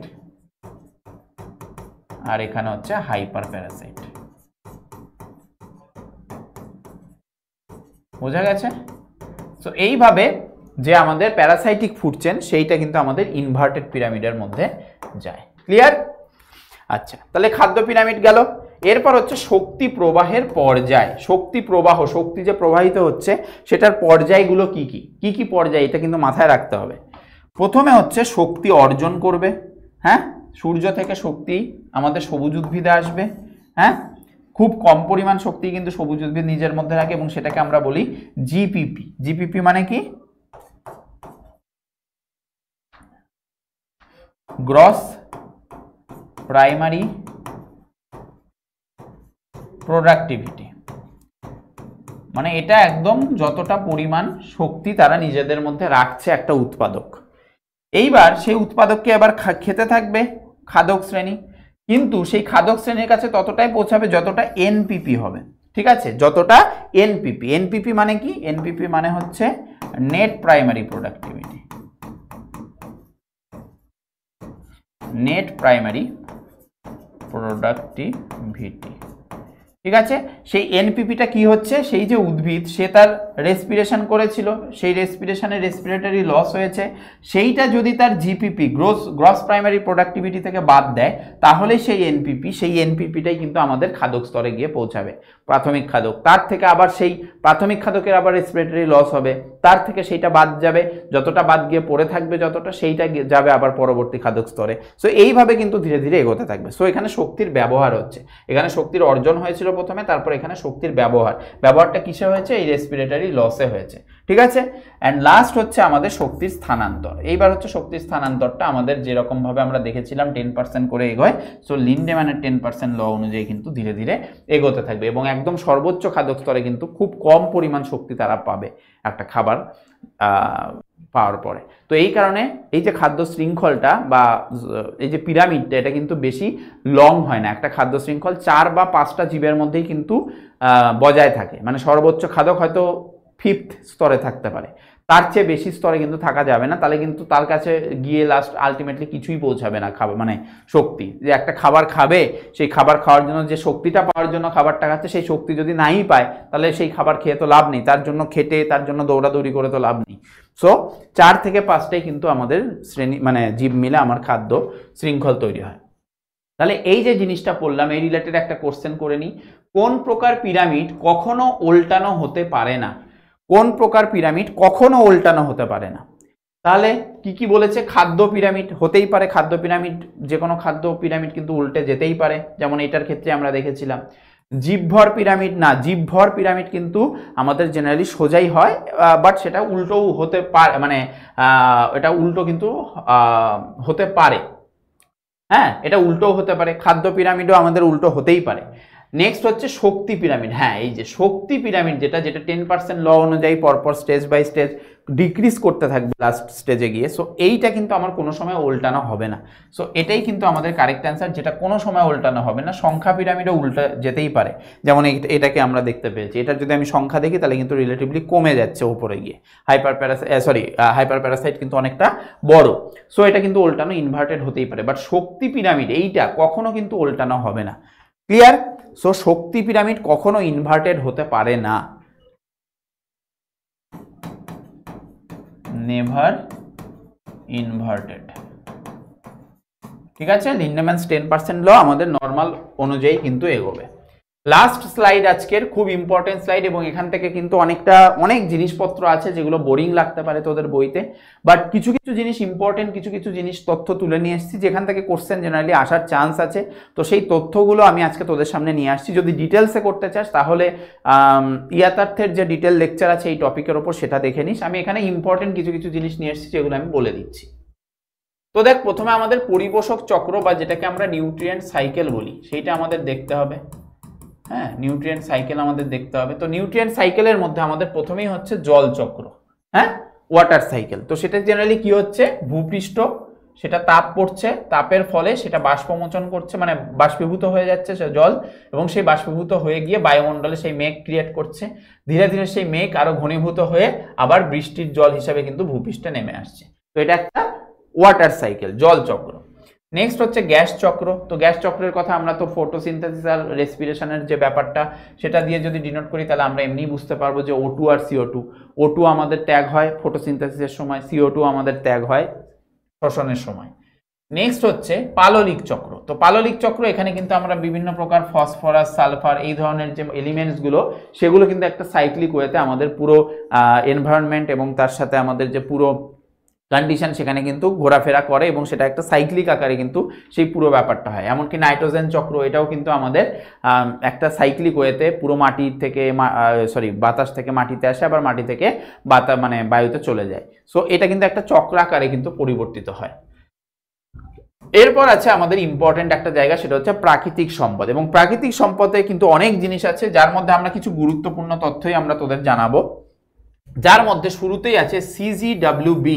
এইটা আমাদের এক ধরনের মানে প্রোগ্রাম, যে প্রোগ্রামের মাধ্যমে আমাদের জেনারেলি কি করা হয়েছে, বৃষ্টির যে জল, এই যে পরিমাণ বৃষ্টি হয় সেই জলটাকে আমরা পরবর্তীতে অন্য কিভাবে কাজে লাগাতে পারি, এবং সেই কারণে আমাদের বৃষ্টির জলটাকে সংরক্ষণ করা উচিত। সেই সংরক্ষণ কিভাবে করতে পারি, আমরা গর্ত খুঁড়ে করতে পারি, ছোট খাল কেটে করতে পারি জল বাঁচিয়ে রেখে, বাড়ির ছাদে সেখান থেকে একটা পুরো পাইপ দিয়ে যদি আমরা মাটিতে জল সঞ্চয় করে রাখতে পারি, সেইটা কিন্তু আমাদের এই জল সংরক্ষণের, যেটাকে আমরা বৃষ্টির জল সংরক্ষণ বলছি, তার মধ্যে পড়তে পারে, এবং এটা CGWB দ্বারা নির্ণীয়।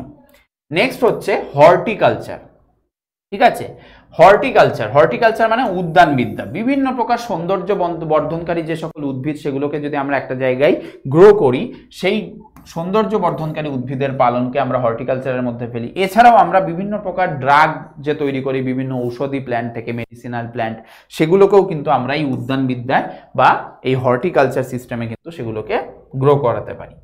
নেক্সট হচ্ছে বেশি। এইটা হচ্ছে বেশি পরিমাণ ডিম প্রদায়ী মুরগির কি নাম, white leghorn, road island red. তাহলে এইগুলো হচ্ছে মুরগির জাত, এবং সেই মুরগিগুলো বেশি পরিমাণে ডিম দেয় আমাদের, তো সেই জন্য নাম মনে রাখা দরকার। আর বেশি পরিমাণ দুগ্ধ প্রদানকারী গাভীর মধ্যে আমরা শাহিওয়াল জাতের গাভী কিন্তু আমরা পড়ে থাকি। 4 নম্বর পয়েন্ট বলছে ইনডিউসড ব্রিডিং। ইনডিউসড ব্রিডিংটা হচ্ছে এমন ধরনের ব্রিডিং যেখানে আমরা কি করি, পিটুইটারি, আমাদের যে গ্রন্থি আছে পিটুইটারি গ্রন্থি, যেখান থেকে বিভিন্ন প্রকার গ্রোথ হরমোন বিভিন্ন রিলিজ হয়, তো সেই পিটুইটারিকে আমরা নির্যাস, সেই পিটুইটারি গ্রন্থির থেকে আমরা সেই পিটুইটারিকে আমরা মাছের থেকেই নিই, কিন্তু সেই মাছেরই পিটুইটারির গ্রন্থিকে নির্যাস একদম গুলে সেগুলোকে কিন্তু আলাদা করে ইনজেকশনের মাধ্যমে, যে কার্ব জাতীয়, জেনারেলি এটা আমরা ইউজ করি কার্ব জাতীয় মাছের ক্ষেত্রে। ইনডিউস ব্রিডিংকে আমরা বাংলায় বলি প্রণোদিত প্রজনন। ঠিক আছে, তো সেখানে আমরা কি করি, প্রণোদিত মানে আমরা ইচ্ছা করে তাদের প্রজননে লিপ্ত করছি। কিভাবে, তাদের যে পিটুইটারি গ্রন্থি সেটাকে আলাদা করে নিয়ে তার নির্যাস করে সেটাকে যদি আমরা একটা স্ত্রী মাছের বডিতে যদি ইনজেক্ট করতে পারি সেই পিটুইটারি নির্যাস, তাহলে কি হবে, তাকে ইনডিউস করবে যে জলদি করে যে হরমোনগুলো হয় আমাদের গোনাডোট্রপিক যে হরমোনগুলো, যেগুলো কিনা আমাদের কি করবে, গোনাডকে উদ্দীপিত করবে এবং জলদি জলদি সেই সেক্সুয়াল যে হরমোনগুলো সেগুলো ক্ষরণ করতে সাহায্য করবে, এবং তার ফলে আমাদের ফার্টিলাইজেশন হবে, এবং জলদি জলদি আমাদের কি হবে, আরও প্রচুর মাছ আমরা গ্রো করাতে পারবো। সো এটা আমরা জোরপূর্বক করি, তাই এটাকে আমরা বলি প্রণোদিত প্রজনন। অবশ্যই আসে যে কোন গ্রন্থির নির্যাস আমরা নিই, সো এখানে কিন্তু পিটুইটারি।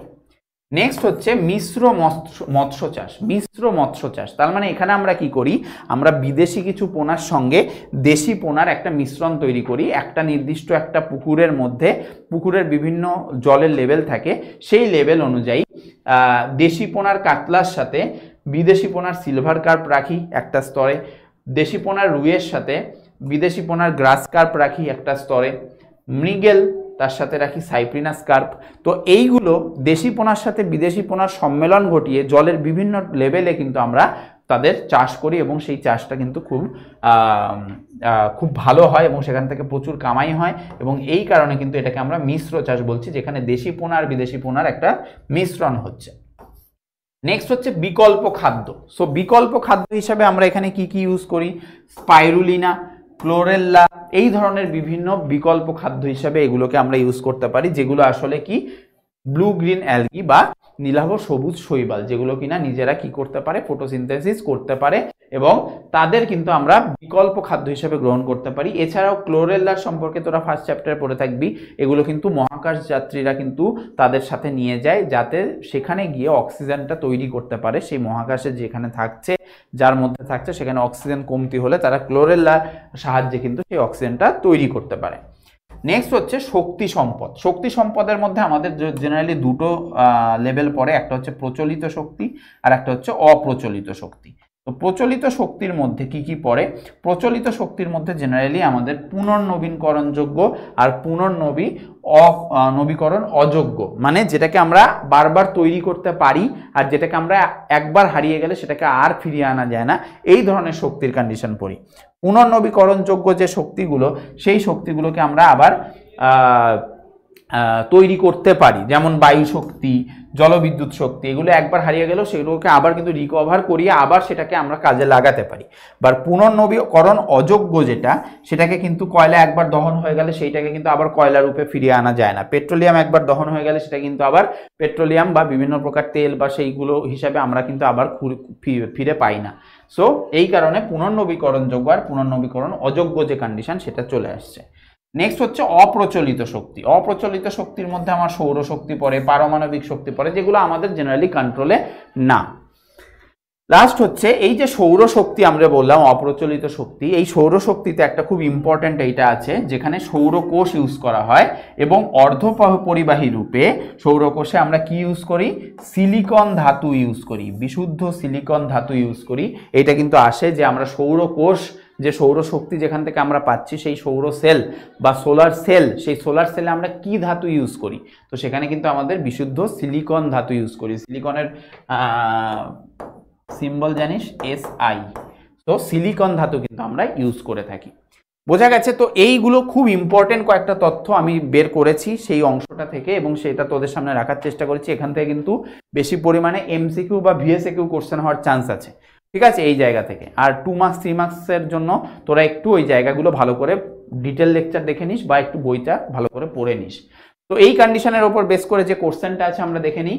কোন শৈবাল প্রোটিনযুক্ত খাদ্য হিসাবে ব্যবহার হয়? কোন শৈবাল প্রোটিনযুক্ত খাদ্য হিসেবে ব্যবহার হয়? তাহলে আমরা কিন্তু ব্লু গ্রিন অ্যালগির কথা পড়েছি, যারা বিকল্প খাদ্য হিসাবে ইউজ হয়। তো সেই রকম কিছু আছে কিনা এখানে দেখ। ভলভক্স, স্পাইরোগাইরা, কারা, স্পিরুলিনা। তো এই যে স্পাইরুলিনা পড়েছিলাম, স্পাইরুলিনা বা ক্লোরেল্লা, এটাকে আমরা স্পিরুলিনাও লিখতে পারি।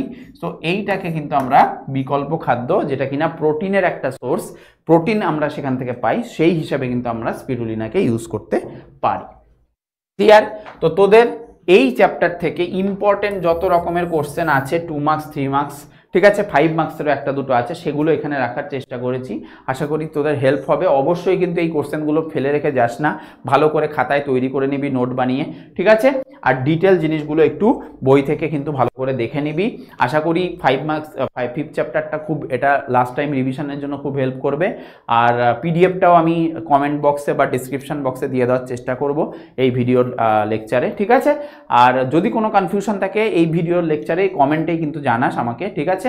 আর ডিটেলের জন্য অবশ্যই একটু ডিটেল লেকচারের যদি কোনো দরকার থাকে সেগুলো দেখে নিই, যে যে জায়গাগুলো অসুবিধা এখান থেকে দেখার পরে হতে পারে সেগুলো একটু বই আর ডিটেল লেকচার দেখে নিস, ঠিক আছে। আশা করি খুব ভালো হবে। আর প্রিপারেশনটা নিতে থাক, তোদের জন্য আরও কিছু আনবো আমরা। বিশেষ করে আপাতত লাইফ সায়েন্সের দিক থেকে এখন কিছু থাকছে না, সবগুলো বাকিগুলোও শেষ হোক, বাকি ক্লাসগুলোও কর তোরা অন্য সাবজেক্টের, এবং তারপরে কিন্তু তোদের এক্সামের আগে অবশ্যই ম্যারাথন আসবে। আর তোদের জন্য একটা গুড নিউজ, তোদের কিন্তু ব্যাচটা খুব জলদি চলে আসবে, 10-এর ব্যাচ, ঠিক আছে। সো টাটা, দেখা হচ্ছে। আর আশা করি এটা খুব হেল্প করবে। বাই বাবু, দেখা হচ্ছে খুব জলদি, ভালো করে পড়ে নিস, টাটা।